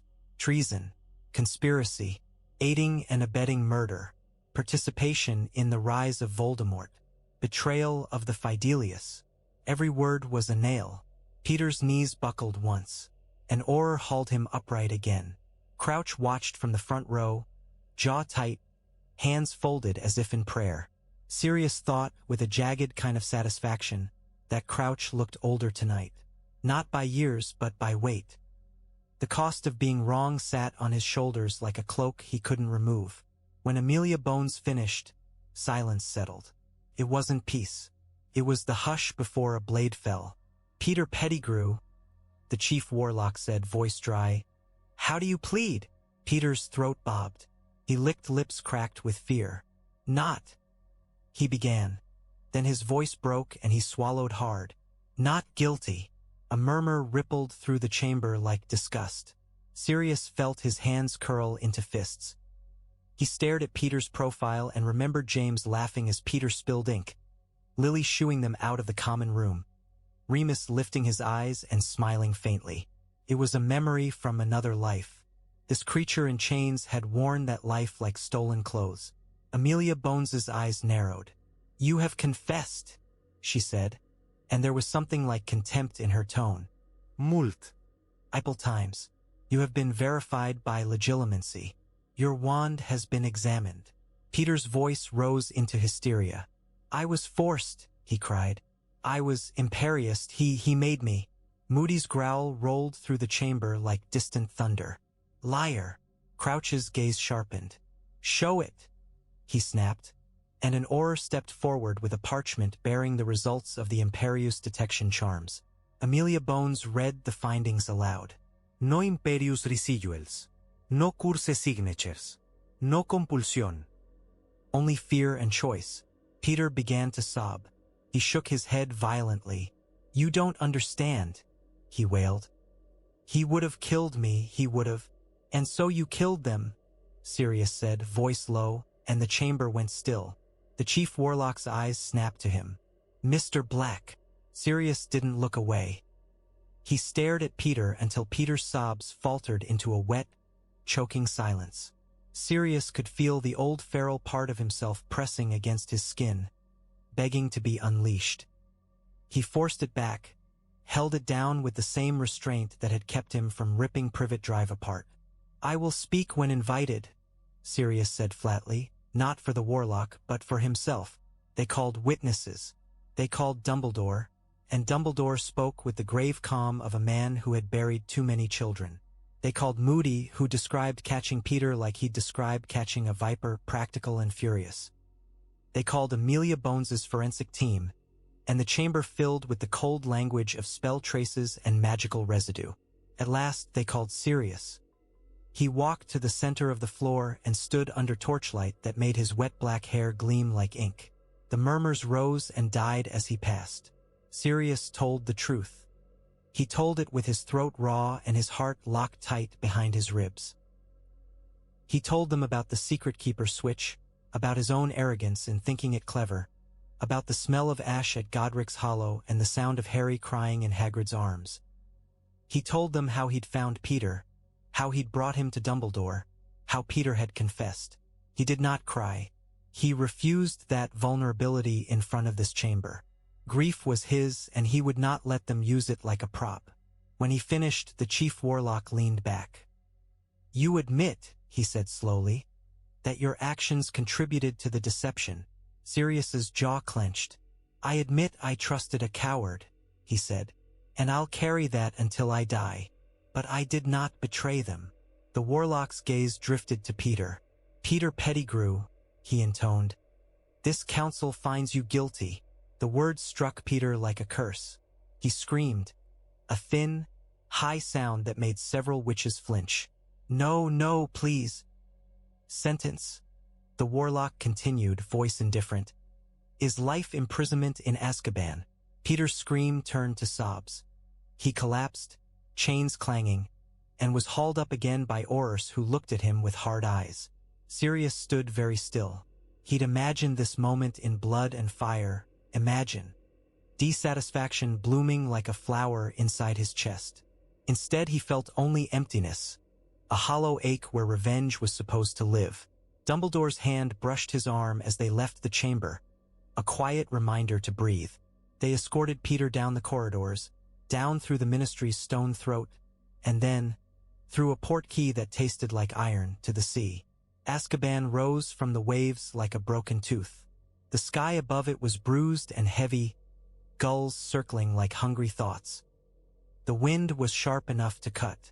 Sirius stood on the deck of a Ministry boat and watched the fortress grow larger with every crashing wave. He'd never been here before. He'd feared it like everyone did, because the very idea of Dementors crawling along stone walls was a sickness in the mind. As the boat drew closer, he felt them. Not seen, not yet. Felt. A cold pressure at the edge of his thoughts, as if the air itself wanted to steal the warmth from his bones. The memory of laughter dimmed. The memory of Lily's smile tried to slide away, slipping like wet fingers. Sirius gritted his teeth and clung to it with stubborn force.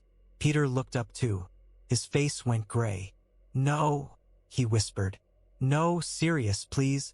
Sirius leaned down, close enough for Peter to smell the salt on his coat.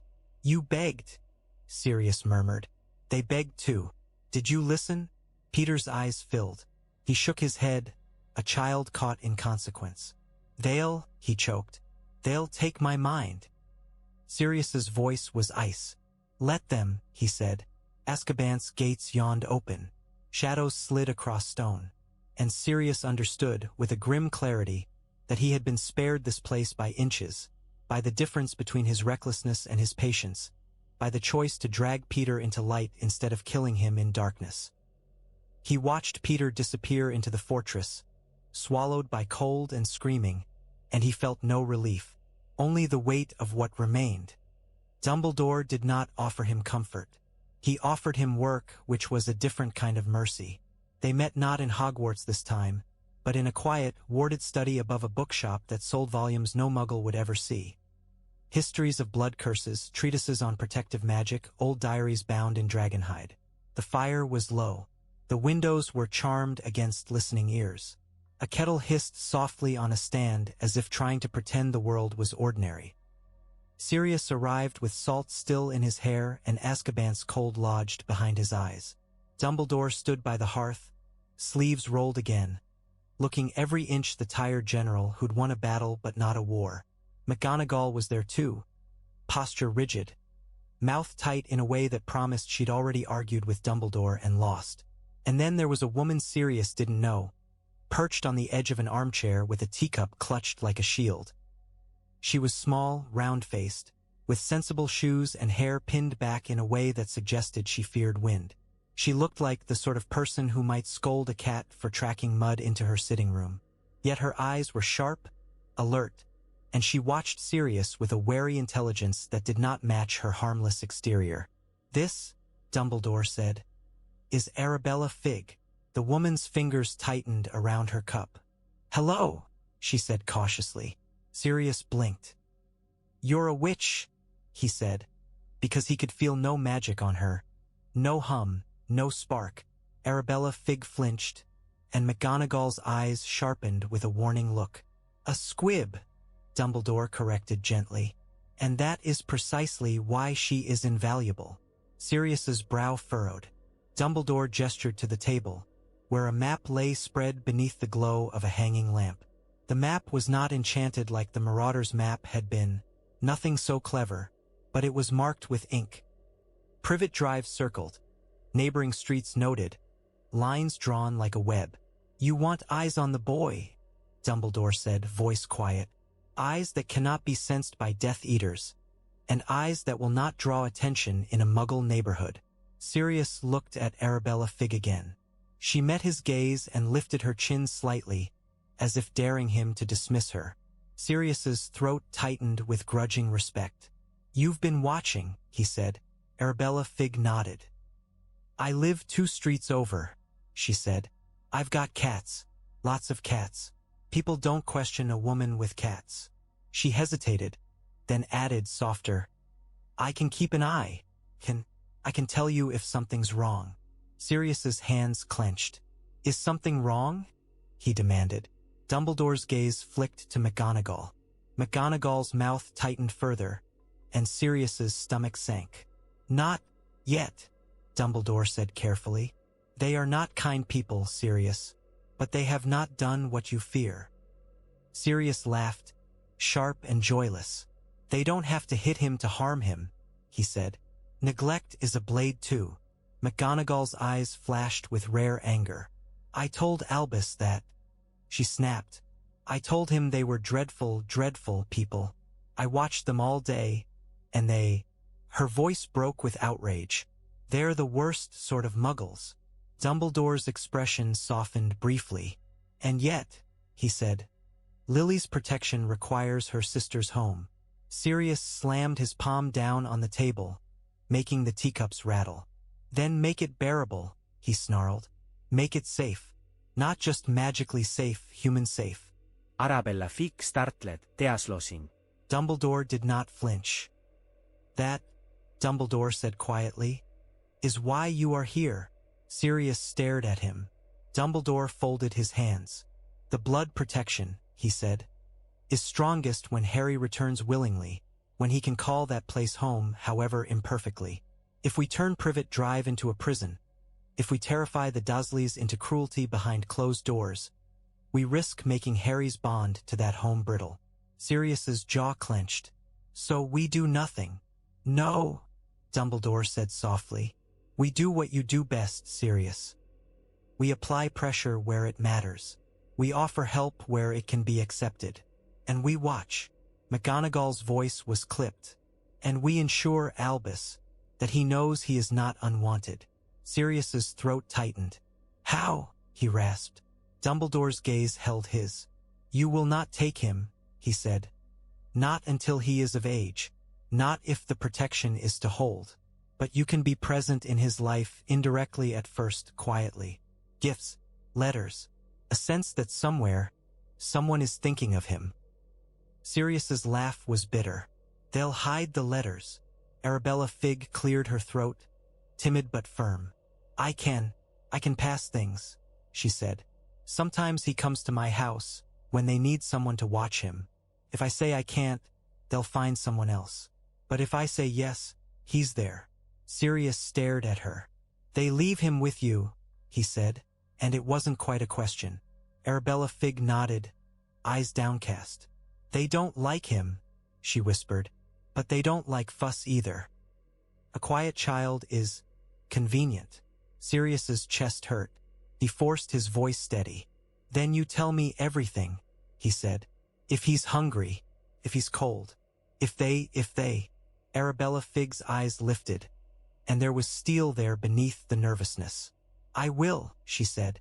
Dumbledore slid a parchment across the table. Guardianship, he said.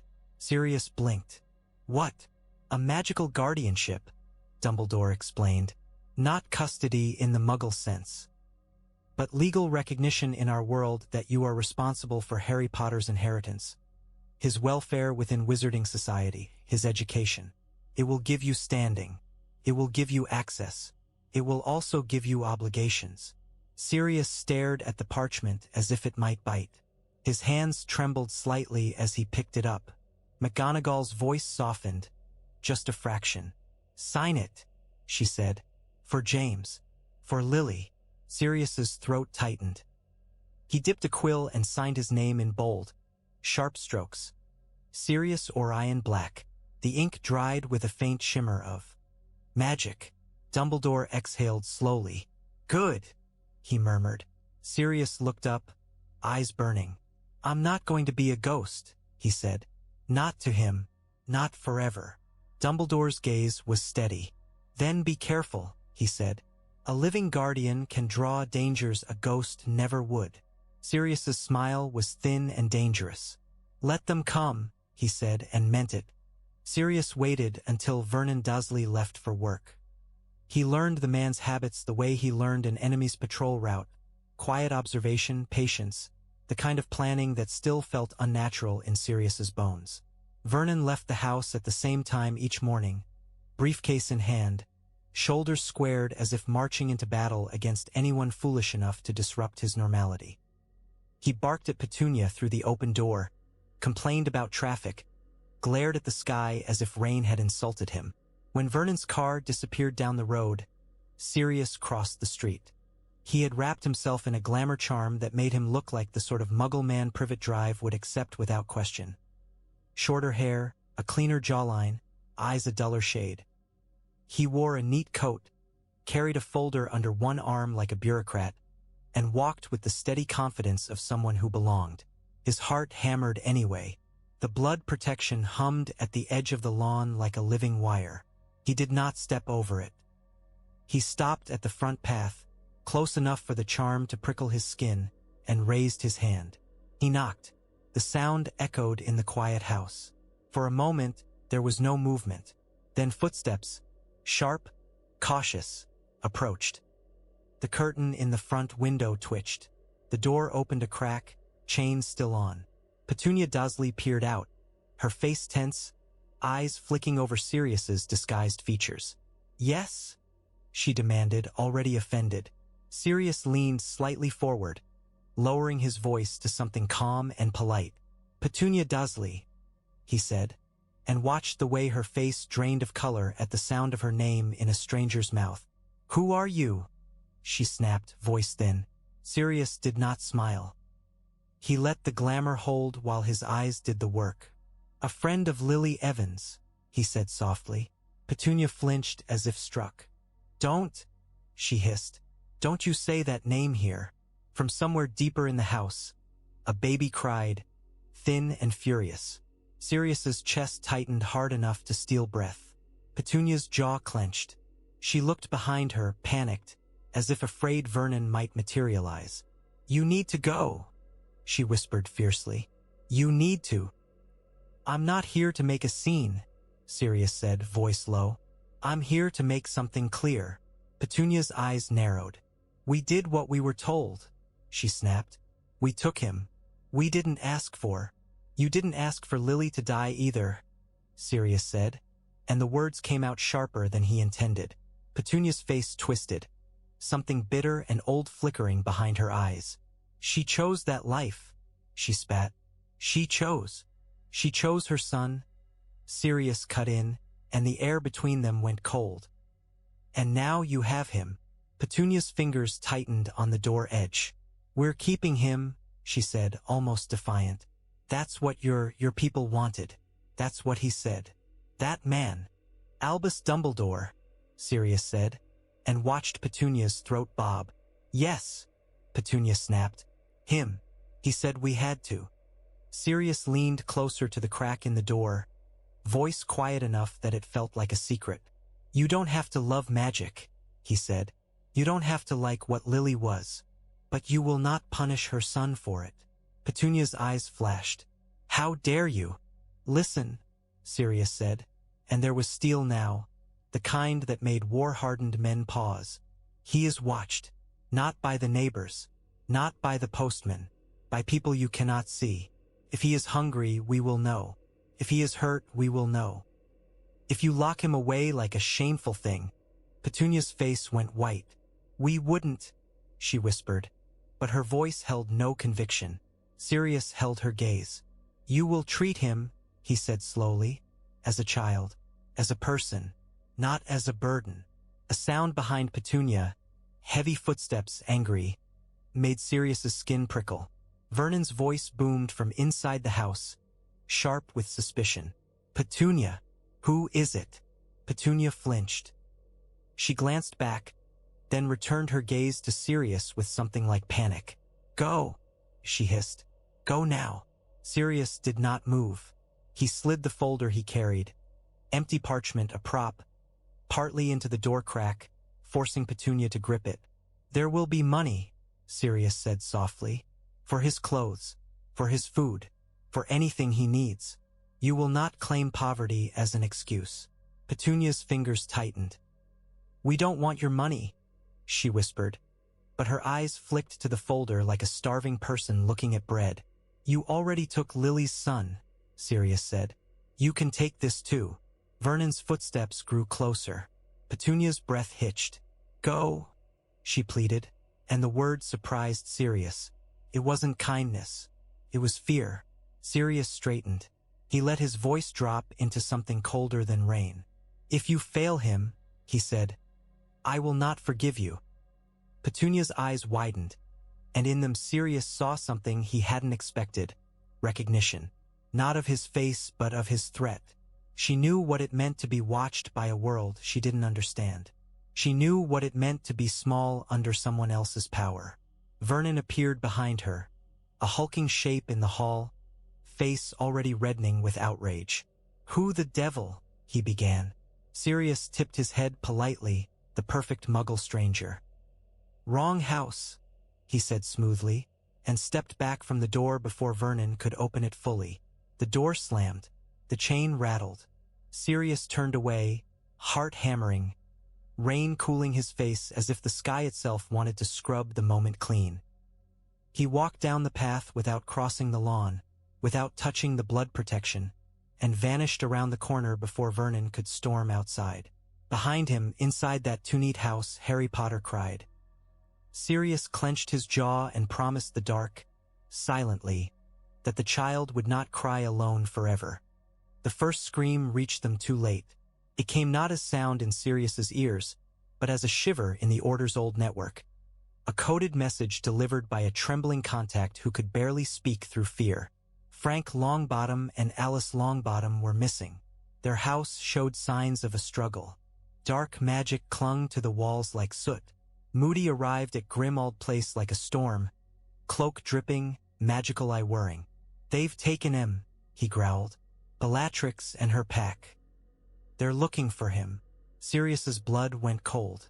Voldemort, he spat. Moody's mouth twisted. They think the Longbottoms know where their master went, he snarled. They think torturing them will bring him back. Remus's face had gone pale in the firelight. "They're going to kill them," he whispered. "No," Sirius said, and the word was a promise. "They're going to regret it." They moved fast, flew apparition old order safe routes that still remembered war. Sirius ran with his wand in hand, breath harsh, heart pounding with the horrible certainty that some grief could not be outrun. They found the place in a damp stretch of countryside where the air smelled of rot and wet leaves. A manor squatted behind twisted hedges, its windows dark, wards humming with old cruelty. Sirius felt the dark marks echo like a bruise in the air, felt the way the place drank warmth. Moody spat. "They've been here before," he growled. Sirius didn't wait for strategy. He didn't charge blind either. He had learned something from Godric's hollow, from the ruin that had taught him patience with blood. He listened, pressed his senses into the magic like fingers into cold wax. Pain. It was in the walls. It throbbed like a heartbeat. The manor was steeped in it. They breached the wards with coordinated spells. Moody's blunt force, Remus's careful counterwork, Sirius's raw, sharp precision. The door burst inward. Inside, green fire burned in a hearth, casting sickly light across a parlor filled with shadows. And in the center of it, Frank Longbottoms sat bound to a chair, head lolling, face bruised. Alice Longbottom was beside him, hair tangled, lips split, eyes wide with a horror that had no place to go. Their wrists were tied with cursed rope that bit into skin. Bellatrix Lestrange stood before them like a priestess at an altar, wand raised, eyes bright with devotion so fervent it looked like madness. Her hair was wild, her robes torn as if she'd clawed her way through the world to reach this moment. Her mouth curved into a smile that was all teeth. Rodolphus Lestrange lingered near the wall, watchful and grim, his wand ready. Rabastan moved like a restless shadow, pacing, breath quick with anticipation. And near the doorway, half hidden behind a curtain, a young man with a pale face and frantic eyes watched with the feverish hunger of someone desperate to prove himself. Barty Crouch Jr. Sirius felt something inside him snap. Moody roared. "Ors!" he bellowed as if the word itself could summon justice through stone. Bellatrix's head whipped toward them, eyes widening. Then her smile grew. "Oh," she purred, voice sweet as poison. "Visitors." Remus moved first, wand slicing through the air. "Expelli armis." Rodolphus's wand flew from his hand. Rabastan ducked behind a chair, hurling a curse that splintered wood where Remus had been. Moody's spells hit like hammers, stunning flashes that shook the air. Bellatrix laughed and danced between them, her movements graceful and feral. Sirius advanced, eyes locked on Frank and Alice. He could smell burnt magic, could taste the metallic tang of pain. He raised his wand. Bellatrix turned her gaze on him, and her eyes glittered with recognition. "Sirius Black," she sang, delight in her voice. "The family embarrassment, still alive." Sirius's voice was low. "Touch them again," he said, "and you'll die." Bellatrix laughed. "So dramatic," she mocked. "Do you know what I asked them, cousin? I asked them where he went, where our Lord went when the world betrayed him, and they kept insisting he was gone, as if greatness can simply vanish." Behind her, Alice Longbottom's breath hitched, eyes glassy with agony. Sirius's wand hand trembled, not with fear, but with rage so controlled it burned cold. "Stupefy," he snapped. The spell hit Bellatrix square in the chest, then shattered, deflected by a shield she cast with a flick of her wrist.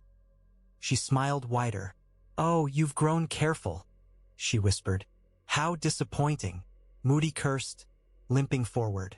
Remus cast again, spells weaving like a net. Rabastan lunged toward the Longbottoms, wand raised, and Sirius moved without thinking.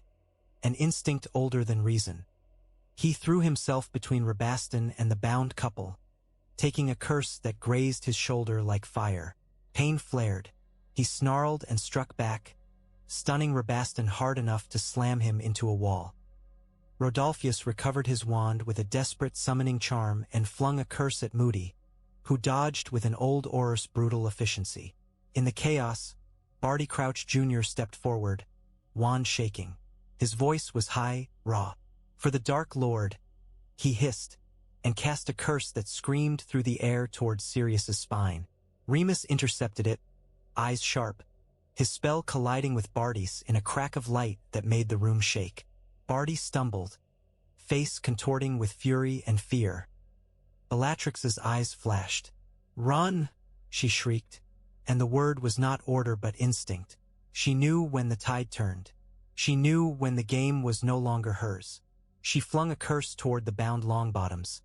Not to kill, but to punish, and Sirius's shield snapped up in time, taking the impact with a jolt that numbed his arm. Moody roared again. "Don't let them apparate." Sirius's voice cut through like a blade. "Anti-apparition jinx now." Remus cast it, snapping the room's air into a hard, invisible cage. Bellatrix's eyes widened with sudden fury. "You filthy half-blood," she snarled at Remus, and Sirius saw, in that moment, the depth of her hatred. Rodolphus tried to disapparate and slammed into the jinx like a fly into glass. He staggered, cursing.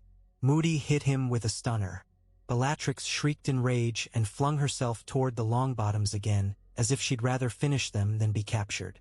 Sirius moved, faster than thought, and slammed into her, their wands clashing, magic hissing between them like serpents. Her eyes were inches from his, wild and bright. "He will return," she breathed, almost tender. "And when he does, you will beg." Sirius's face was cold. "No," he whispered. "I won't." He drove his wand into her shield with a brutal, precise curse that shattered her defenses and sent her sprawling. Moody's stunner hit her before she could rise. Bellatrix Lestrange collapsed, eyes still open, still burning. In the sudden silence that followed, the parlor smelled of smoke and blood and broken devotion. The Longbottoms sagged in their chairs, breathing shallow, eyes unfocused. Alice made a small, broken sound that wasn't quite a sob. Sirius rushed to them, hands shaking as he cut the cursed ropes, murmuring counterspells through clenched teeth. Remus joined him, face pale, careful fingers steady despite the horror in his eyes. Moody stood over the unconscious Death Eaters, magical eye whirring, and his voice was rough with fury. "Too late," he growled. Sirius looked down at Frank Longbottom's slack face, at Alice's trembling hands, and felt the truth settle in his chest like a stone. They had arrived in time to save their lives, not their minds. St. Mungo's smelled like sharp herbs and quiet despair. The corridors were too bright, too clean, as if light could scrub away what darkness had done. Healers moved quickly with clipped voices and tired eyes. Families sat in chairs with hands clasped, faces hollow, waiting for miracles that rarely came. Sirius walked those corridors with Remus beside him and felt each step like penance. They found the Longbottoms in a ward that held the broken survivors of war. Aurors who stared at walls, witches who flinched at shadows, men who spoke to invisible enemies. The door bore a small plaque with elegant lettering, as if naming the suffering made it more dignified. Inside, Frank Longbottom lay in a bed, eyes open but empty, his hands limp on the sheets. His face was still bruised, but the bruises were almost kinder than the blankness in his gaze. Alice sat in a chair beside him, hair brushed neatly as if someone had tried to restore order. Her eyes were wide and vacant, fixed on something only she could see. Her fingers worried at a sweet wrapper, twisting it again and again until the foil tore. Augusta Longbottom stood near the foot of the bed like a statue carved from grief. She was taller than Sirius expected, shoulders squared, chin lifted in stubborn pride. Her eyes were red-rimmed but dry, as if she'd wept herself empty and refused to give the world anything more. In her arms she held a baby. Neville Longbottom was small, round-faced, blinking up at the harsh ward light with innocent confusion. He made a soft cooing sound, unaware that his parents' minds had been ripped apart by fanatics who loved a vanished master. Augusta's gaze snapped to Sirius when he entered. It wasn't kind. It wasn't cruel either. It was a gaze sharpened by the need to blame someone, anyone, for the senselessness of this. "Sirius Black," she said, voice flat. Sirius swallowed. "Mrs. Longbottom," he said quietly. Augusta's lips tightened. "You caught Pettigrew," she said. "So they say." Sirius nodded once. "He's in Azkaban," he said. Augusta's laugh was bitter. "Azkaban," she repeated, as if cold walls can repay this. Her eyes flicked to Frank, to Alice, and something hard cracked in her face. Sirius's throat tightened. "I'm sorry," he said, and the words sounded useless even as he meant them. Augusta looked at him for a long moment. Then she shifted Neville slightly, rocking him without thinking. "Sorry doesn't raise my son," she said quietly. Remus stepped forward, voice soft. "No," he agreed, "but we can help keep him safe." Augusta's gaze sharpened on Remus. For a heartbeat Sirius expected suspicion, the old prejudice against werewolves. Instead, Augusta's eyes softened, just barely, and Sirius realized she was too tired to waste hatred on the convenient targets. "Safe," she echoed, and her voice trembled. "Nothing is safe." Alice suddenly leaned forward, eyes still vacant, and reached out toward Neville with trembling hands. Her fingers brushed his cheek, with the gentleness of someone who remembered love even if she could no longer name it. Neville blinked, then smiled, a wide, toothless thing that made Sirius's chest ache. Alice made a soft sound. Then, with slow deliberation, she pulled a sweet wrapper from her pocket and offered it to Neville as if it were treasure. Augusta's Jautslenchet. She did not stop her. She watched with eyes that held oceans of sorrow. Sirius stood frozen, throat tight. He wanted to leave. He wanted to stay forever, to bear witness, to never forget what had been done here. Remus's hand brushed Sirius's arm, grounding him. Augusta's gaze returned to Sirius. "If you have any honor," she said quietly, "you will not let them be forgotten." Sirius's voice was rough. "They won't be," he promised. Augusta's eyes narrowed. "The ministry will call it victory," she said. "They'll hang medals on their own chests. They'll say the war is over." Sirius looked at Frank's empty eyes, at Alice's trembling fingers. "Then they're lying," he said. Augusta's mouth tightened. "Yes," she said softly. "They are." Neville gurgled, reaching for the wrapper again. Alice laughed. A thin, broken sound that wasn't truly laughter but an echo of it. A ghost. Sirius turned away before the ward could crush him completely.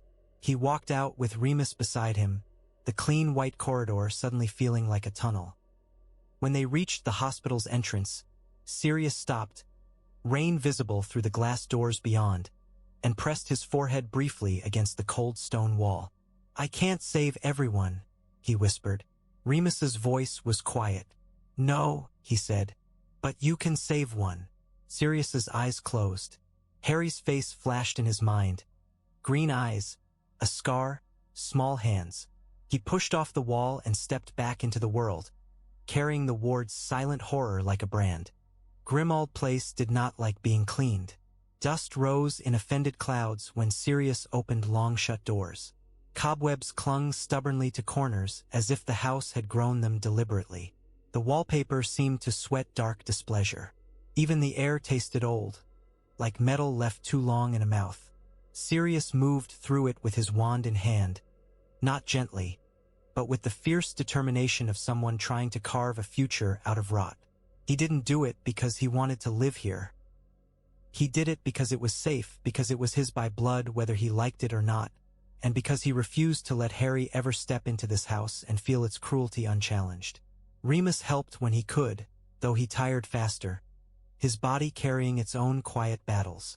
Together they stripped curtains from paintings that hissed and spat. They burned cursed heirlooms that writhed like living snakes when touched. They scrubbed dark stains from the floor that made Sirius's stomach churn with questions he didn't want answered. And always, watching from doorways and shadows, was the house elf, Kreacher. He was smaller than Sirius remembered from childhood. A hunched, gray-skinned creature with enormous bat-like ears and eyes that gleamed with resentful cunning. He wore a filthy rag like a robe. His hands were gnarled, fingers long and twitching. He muttered constantly under his breath, words like prayers and curses interwoven. "Master Sirius ruins Mistress Walburga's house," Kreacher croaked once, voice thick with contempt. "Master Sirius defile the noble house of Black. Filthy blood traitor. Filthy." Sirius's wand snapped up. "Say it again," he snarled. Remus's voice cut in, soft but firm.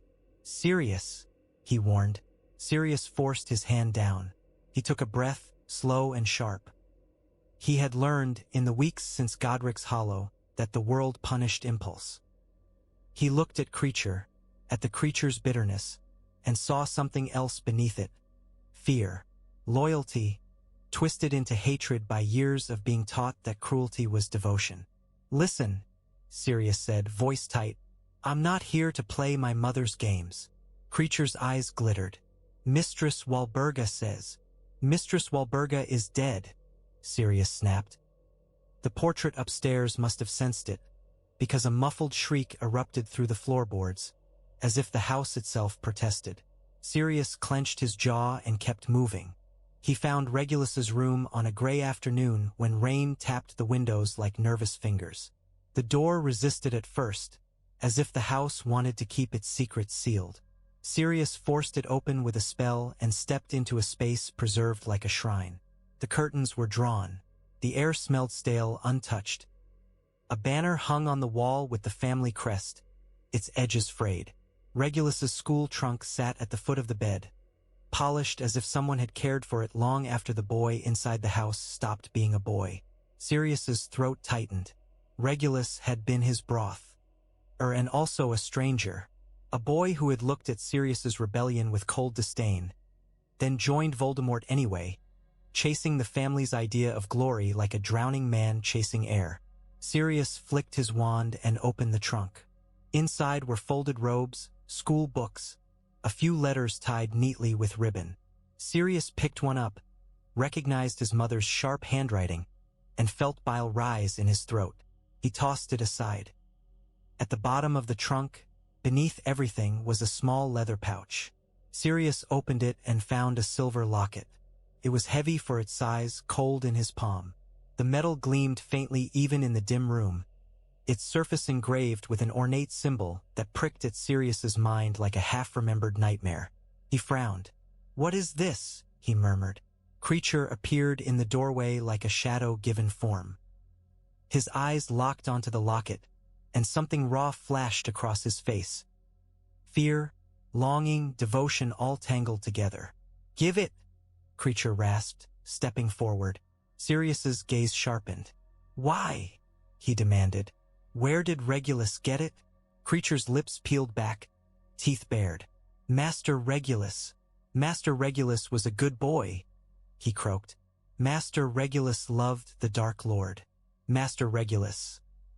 His voice broke suddenly, as if the next words hurt. Master Regulus changed. Remus stepped into the room behind Sirius, expression tightening. "Changed," he echoed softly. Kreacher's hands trembled. "Master Regulus made Kreacher do things," he whispered, voice thick. "Bad things. Terrible things. Kreacher went to a cave. Kreacher drank. Kreacher suffered." Sirius's blood ran cold. The image of the Longbottoms flashed in his mind, and something in the air of Regulus's room suddenly felt heavier.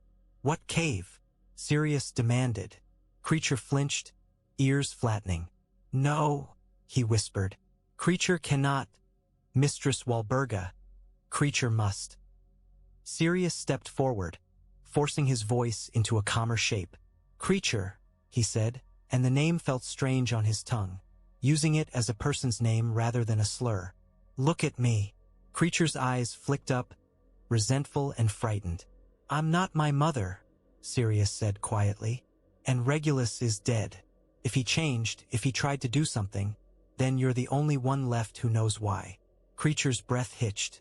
His gaze flicked to the locket again with desperate possessiveness. Remus's voice was gentle. "If it matters," he said, "then it matters now, before another war begins." Kreacher's face contorted. He made a sound like a sob trying to escape a throat too used to choking it down. Then he slapped his own cheek hard enough to make Sirius flinch. "Kreacher must not," he croaked. "Kreacher must not speak." Sirius's jaw tightened. He held the locket up, letting its silver catch the dim light. "Then tell me this," he said softly. "Is this the Dark Lord's?" Kreacher's eyes widened. His whole body trembled. "Yes," he whispered. "Yes." A cold silence settled. Sirius stared the locket as if it had become a snake in his hand. He could feel something wrong in it, something that made the hair on his arms rise, something that tasted of the same dark devotion that had driven Bellatrix to torture. "Albus needs to see this," Remus said quietly. Sirius nodded, throat tight. He looked at Kreacher again. "And you," he said, voice low, "you're going to tell us about that cave. Not today if you can't, but soon." Kreacher's eyes glittered with hatred and fear, and beneath it something like grief. Sirius tucked the locket into his coat with a carefulness that felt like handling a cursed crown. The house's portrait shrieked again upstairs, muffled but furious, as if the walls themselves knew a secret had been touched. Outside, rain fell steadily, and Sirius felt the first chill whisper of a future that might be far darker than anyone in the Ministry wanted to believe. Harry's first laugh in Sirius's presence was an accident. It happened on an afternoon when the sky was the color of dirty wool and Privet Drive's lawns were slick with rain. Arabella Figg's small house smelled of cat fur and old biscuits. Cats lounged everywhere, on the sofa, on the windowsill, on the back of a chair like silent judges. They watched Harry with mild curiosity, tails flicking. Harry was 3, perhaps 4.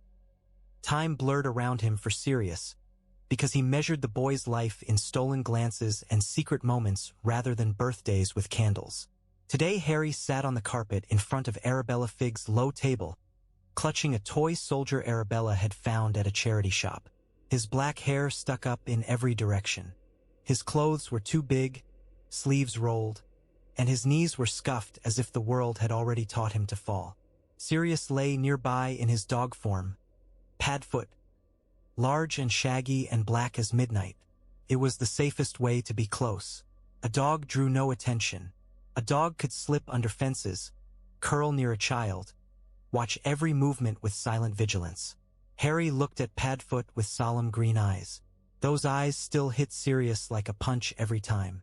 Arabella Figg bustled in the kitchenette, making tea with hands that shook slightly when she thought Sirius wasn't watching. She was brave in small ways, opening her door, offering her home, letting herself become part of a war she couldn't cast spells in. Harry pushed the toy soldier across the carpet, making a soft humming sound under his breath. Padfoot watched, head resting on paws. The front door opened with a sharp click. Harry froze. Padfoot's head lifted instantly, ears pricking, muscles tensing. Arabella Figg stiffened, teacup halfway to the table. Petunia Dursley stood in the doorway, face pinched with impatience. She looked around Arabella's cluttered living room with thinly veiled distaste. "Is he ready?" she demanded. Harry's shoulders hunched. He did not move toward her. He stared at his toy soldier as if it were the only safe thing in the world. Petunia's gaze flicked to the dog. "What is that?" she snapped. Arabella Figg forced a smile. "Just my sister's dog," she lied, voice a bit too bright. "He's very gentle." Petunia sniffed. "Keep it away from Dudley," she said sharply, then turned her gaze on Harry. "Come along." Harry didn't move. Padfoot rose slowly, not growling, not baring teeth, just standing, massive and steady between Harry and the doorway. His presence filled the small room. His eyes locked onto Petunia's face. Petunia froze. Her eyes widened, and for a heartbeat Sirius saw fear flicker there. The memory of a stranger at her door years ago, the quiet threat in his voice. She swallowed. "Harry," she said, voice tighter. "Now." Harry's lower lip trembled. He stood slowly, toy soldier still clutched in his fist, and took one small step toward the door. Padfoot moved with him, shoulder brushing Harry's leg. A silent promise. You. Not alone. Harry looked down at the dog, and something in his face shifted. Confusion, relief, a spark of something warm. He reached out tentatively and patted Padfoot's head. Padfoot leaned into the touch. Harry's mouth twitched, as if he didn't know what to do with the feeling. Then, suddenly, he giggled soft, surprised, like a bird realizing it could sing.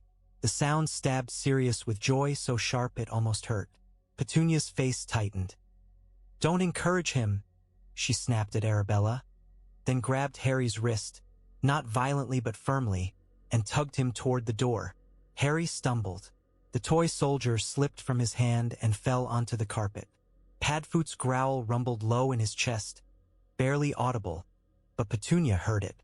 She flinched and tightened her grip on Harry, dragging him outside quickly as if leaving a dangerous place. The door shut. Arabella Figg's shoulders sagged. She set the teacup down with trembling fingers.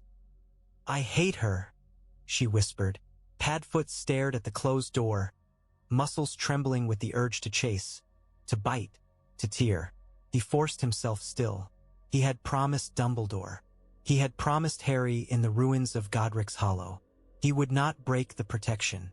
Arabella sank into a chair and rubbed at her eyes. "He's such a quiet little thing," she murmured. "He shouldn't be so quiet." Padfoot turned back to the carpet. The toy soldier lay there, forgotten. Sirius nudged it gently with his nose, then pushed it beneath Arabella's sofa, hiding it like treasure, a small rebellion against a house that would throw it away. When Harry returned next time, Padfoot would bring it back. He would build the boy's childhood out of tiny stolen mercies, brick by brick, until Harry was old enough to understand whose teeth had guarded him from the dark. Rumors traveled on strange winds. They drifted through the wizarding world like ash, hard to trace, easy to dismiss, impossible to ignore once they settled. Dumbledore received them first, because people brought him everything they could not bear alone. A curse in Eastern Europe that left a village's livestock dead in a perfect circle. A traveler in Albania who swore he'd felt a presence in the woods, a cold mind pressing against his thoughts like a knife. Dumbledore listened, expression unreadable, and then he sent Remus. Remus did not like being sent, but he understood why. Werewolves moved through the world's cracks.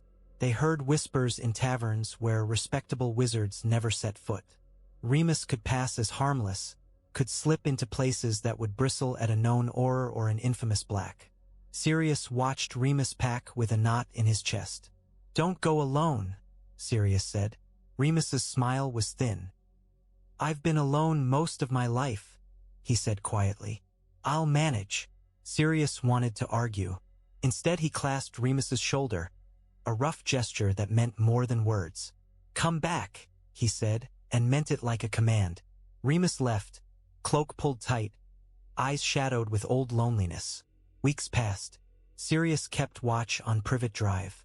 He kept cleaning Grimmauld Place, prying at family secrets with aching fingers. Kreacher remained stubbornly silent about the cave, alternating between muttered abuse and sudden, trembling moments of grief whenever the locket was mentioned. The locket sat in a warded box on Sirius's desk like a coiled serpent, humming faintly with wrongness. Then, one night, Dumbledore arrived at Grimmauld Place without warning. He stood in the drawing room with rain on his cloak and firelight in his hair, gaze grave. "There is movement," he said quietly. Sirius's stomach sank. "Where?" Dumbledore's eyes were distant. "Albania," he said, "and elsewhere. A young man has gone searching for dark artifacts. A professor." He paused, as if tasting the name. "Quirinus Quirrell." Sirius frowned. "A Hogwarts professor?" "Soon," Dumbledore said softly. "He has applied. He is ambitious, and ambition makes people foolish." Sirius felt cold settle in his bones. "You think he'll find Voldemort?" he said. Dumbledore's gaze sharpened. "I think," he said, "that Voldemort is not as gone as the Ministry wishes to believe." Sirius's hands clenched. "Then we find him first," he said. Dumbledore's expression softened slightly, but there was warning in it. "Careful," he said. "The last time we chased him too openly, we lost much." Sirius's laugh was bitter. "We lost everything." Dumbledore did not argue. Far away, in an Albanian forest where mist clung to twisted trees, Quirinus Quirrell stumbled through undergrowth with a lantern trembling in his hands. He had told people he sought knowledge. He had told himself he sought glory. In truth, he sought proof that he was not small. The woods answered him with silence that felt like a held breath. Quirrell wiped sweat from his brow, eyes darting, heart hammering. The air was cold, too cold for summer. His lantern flame flickered as if afraid. He heard a whisper, not in his ears, in his mind. A voice that slid between thoughts like oil. He froze, breath shallow. "Who's there?" he whispered. The whisper deepened, coiling around his fear. Promised understanding. Promised power. It promised that everything he'd ever felt humiliated by could be burned away. Quirrell's mouth went dry. He wanted to run. He also wanted to kneel. In the shadows between trees, something stirred, formless, half-seen, as if the night itself had learned to breathe. Two faint red sparks glimmered, watching. Quirrell's knees buckled. He lowered his lantern without meaning to, the light guttering. The voice purred in his mind, gentle as a lover's breath, cruel as winter. It asked him questions. It offered him answers. And Quirrell, trembling and desperate, listened. In Grimmauld Place, Sirius stared at the silver locket and felt the future tighten like a noose. The letter war began in July. Owls descended on Privet Drive in waves, thudding against windows, perching on chimneys, clustering on the street like a feathery omen. Petunia shrieked the first time an owl pecked at her glass. Vernon turned purple with outrage. Dudley cried because he thought the birds would bite him. Harry watched from the cupboard door with wide eyes and a silence that felt like hunger. Sirius learned about the letters from Arabella Figg, who sent a hurried note with shaky handwriting. "They're going mad. He's getting letters. Vernon is burning them." Sirius read it, jaw clenched, then apparat to Dumbledore's side before the ink was dry. Dumbledore listened, expression grave, then sighed as if the world insisted on repeating its cruelties. "Then Hagrid will go," he said. Sirius's heart hammered. "I'm going," he said. Dumbledore's gaze sharpened. "Sirius." "I'm his guardian," Sirius snapped. "I signed your parchment. I watched him grow from hedges and shadows. I will not let him step into our world thinking he has no one." Dumbledore's eyes held his for a long moment. Then slowly he nodded. "Not to the hut," he said. "Too volatile. But after." His voice softened. "Meet them in Diagon Alley." Sirius didn't sleep the night Hagrid went. He paced Grimmauld Place until the portraits hissed and the floorboards creaked with irritation. Kreacher muttered insults from the kitchen. The locket sat in its warded box, cold and silent. At dawn, Arabella Figg sent another note. "They've gone. Vernon is dragging him away. Somewhere coastal, I think." Sirius's stomach turned.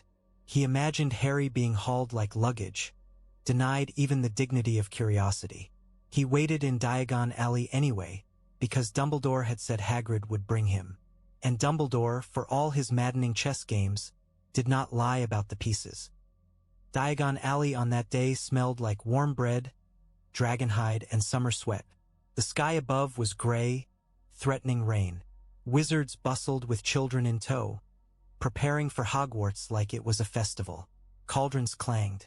Owls hooted. A witch argued loudly with a shopkeeper about the price of new parchment.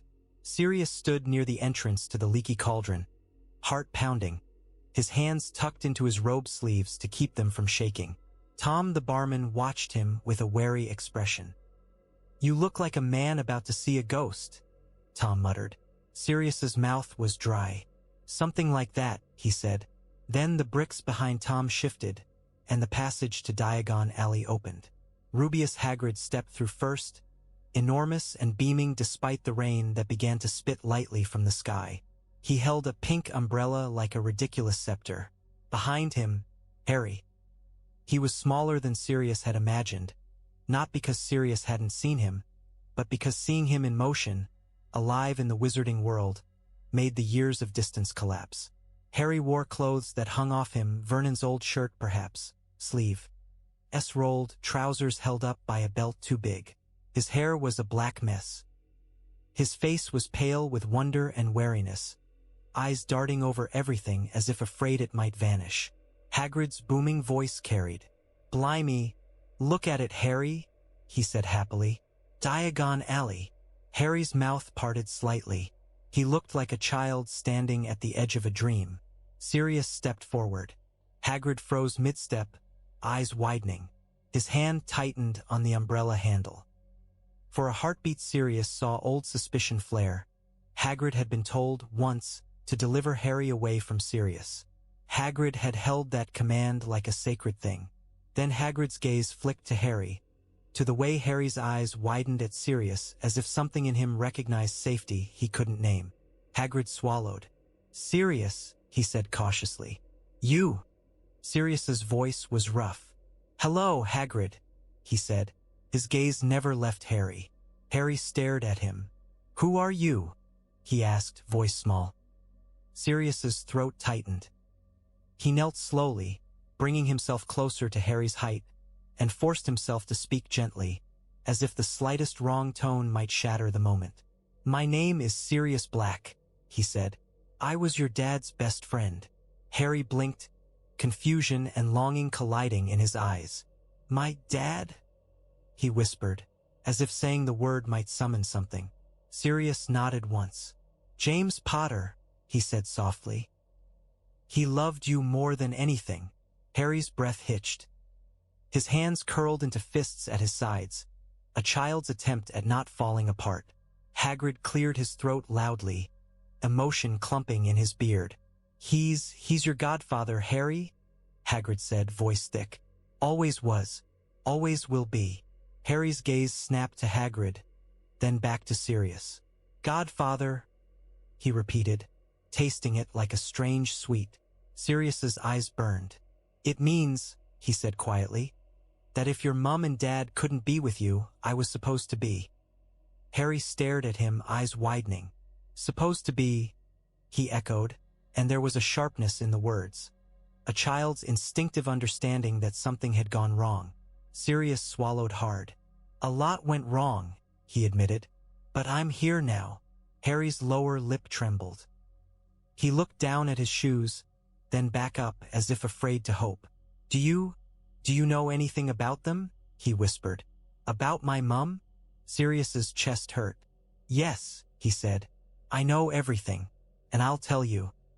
Not all at once," he added quickly, seeing Harry's fragile composure. "But I'll tell you, whenever you ask." Harry nodded once, sharply, like someone accepting a vow. Hagrid shifted, still wary but no longer blocking. "We've got to get his things," he said. "School stuff, wand, books." Sirius rose slowly. He looked at Harry with a fierce tenderness he didn't bother to hide. "Then we'll do it properly," he said. "Not like you're a burden, like you belong." Harry's eyes flicked around the bustling alley again, and for the first time his wonder softened into something warmer. Belonging. Sirius felt the word settle in his bones like a promise. King's Cross smelled like coal dust and damp stone and muggle haste. It was a chaos of footsteps and shouted farewells, of wheels rattling over tile, of train whistles slicing through air. Wizards moved among muggles like ghosts in plain sight, pushing trolleys piled with trunks, owls rustling in cages beneath blankets. Harry stood beside his trunk with Hedwig's cage perched on top, fingers tight around the handle as if the metal might anchor him. He wore new robes that still felt stiff, and his glasses sat crooked on his nose. The scar on his forehead was visible because his hair refused to lie flat, stubborn as his father. Sirius stood close, one hand resting on Harry's shoulder. Not gripping, not holding too tight, just present. The touch felt like a miracle after years of being unable to touch at all. Harry's eyes darted over the platform, taking in everything. The scarlet engine hissed, steam curling around ankles like mist from a swamp. Older students leaned out of windows calling goodbye. A little girl clutched her mother's hand and stared up at the train with awe. Harry looked up at Sirius, and his voice was quieter than the station's roar. "So, I just get on?" he asked. Sirius's mouth twitched. "That's the tradition," he said. "Find a compartment. Make yourself comfortable. Try not to get lost." Harry's gaze narrowed.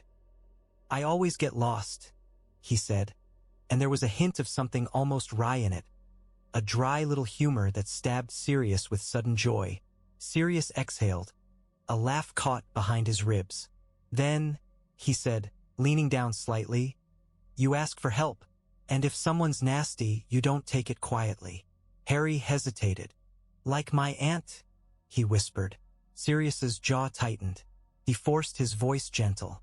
"Like anyone," he said. "You don't owe people your silence." Harry nodded slowly, absorbing it like scripture. Nearby, a family with bright red hair clustered around a trolley. A woman, Molly Weasley, was fussing over a tall boy with freckles and kind eyes, smoothing his sweater, kissing his cheek with fierce affection. Several younger children crowded around her, chattering. Harry watched them with something like longing so sharp it made Sirius's chest ache. Sirius followed his gaze and spoke quietly. "They're good people," he said. "The Weasleys. If you end up near them, you'll be all right." Harry nodded, gaze still fixed on the family. The red-haired boy's eyes flicked to Harry's scar, curiosity sparking, then away again, polite enough not to stare too openly. A cold prickle ran up Sirius's spine. He turned and saw them. Lucius Malfoy moved through the platform like a blade slipping between ribs, smooth, controlled, pale hair pulled back, eyes sharp with aristocratic disdain. Beside him walked a boy, Draco Malfoy, small and smug, already practicing his father's expression as if it were inheritance. Lucius's gaze landed on Sirius, and for a heartbeat the platform's noise dulled. Old hatred sparked between them like Flynn. Sirius remembered green firelight in a manor, remembered Imperius claims and silk lies. Lucius's mouth curved into a thin smile. It held no warmth. "Mr. Black," he drawled, voice like cold honey. Sirius's hand stayed steady on Harry's shoulder. "Malfoy," he said flatly. Draco's eyes snapped to Harry, then to Sirius, curiosity and contempt mixing. "Father," Draco murmured. "Is that?" Lucius's smile sharpened. "Yes," he said softly. "That is Harry Potter." Harry's shoulders tensed under Sirius's hand. He stared at Draco with wary interest. "You're a Malfoy," he said, and the certainty surprised even him. Draco's mouth twitched. "Draco Malfoy," he said, as if offering a gift. "Maybe we'll be in the same house. You don't want to make friends with the wrong sort." Sirius felt something cold settle behind his eyes. He leaned down slightly toward Harry, voice low enough that only Harry could hear. "You choose your friends," he murmured. "Not their names." Harry's jaw tightened. He looked Draco in the eye, and Sirius saw Lily's fire flicker there. "I can tell who the wrong sort are for myself," Harry said quietly. Draco's face flushed with surprise and offense. Lucius's smile did not falter, but his eyes sharpened like knives. Sirius met Lucius's gaze, letting every ounce of his hatred show without raising his wand. "Keep walking," Sirius said softly. Lucius's gaze flicked to Harry again, then back to Sirius. "Enjoy Hogwarts," he murmured, and the words felt like a promise sharpened into threat. Then he glided past, cloak whispering, Draco trailing with a scowl. When they were gone, Harry exhaled shakily. "He doesn't like you," Harry said. Sirius's laugh was dry. "That's an understatement," he said. Then he knelt again, bringing himself level with Harry's face. "Listen to me," he said, voice fierce and gentle all at once. "Hogwarts is safer than the world outside, but it's not perfect. There are people who will want to use you, people who will smile while they sharpen knives. You don't trust them because they're polite. Harry swallowed. He nodded, eyes wide. Sirius's throat tightened. He wanted to say 1,000 things. He wanted to pour every truth he carried into Harry's hands like treasure. James's laughter, Lily's courage, the story of Godric's Hollow, the names of those who had loved and died. Instead he said the simplest thing he could, because simple was what a child could carry. "I'm here," Sirius said. "If you need me, you send word. Anytime, day or night. You understand." Harry's voice was small, but steady. "Yes," he said. Sirius's hand tightened briefly on Harry's shoulder, then released. He forced himself to stand back, to let the moment happen the way it needed to. Harry grabbed Hedwig's cage and pushed his trolley toward the train. Steam curled around his legs. He paused at the doorway and looked back once, eyes searching. Sirius lifted his hand in a small wave, a gesture that felt too ordinary for the weight of it. Harry nodded, one sharp, determined nod, and climbed onto the Hogwarts Express. The train hissed. The whistle shrieked. The platform began to move in slow reverse as the engine pulled away. Sirius stood amid the crowd, watching the scarlet carriages slide into the gray distance, and felt his heart stretch toward the boy on that train like a tether pulled tight. Somewhere far away, in a forest of mist and ancient evil, a whispering shadow pressed itself into a man's mind. And Sirius Black, spared Azkaban, remained on the platform with rain on his coat and fire in his blood, knowing with grim certainty that the war had only changed its shape.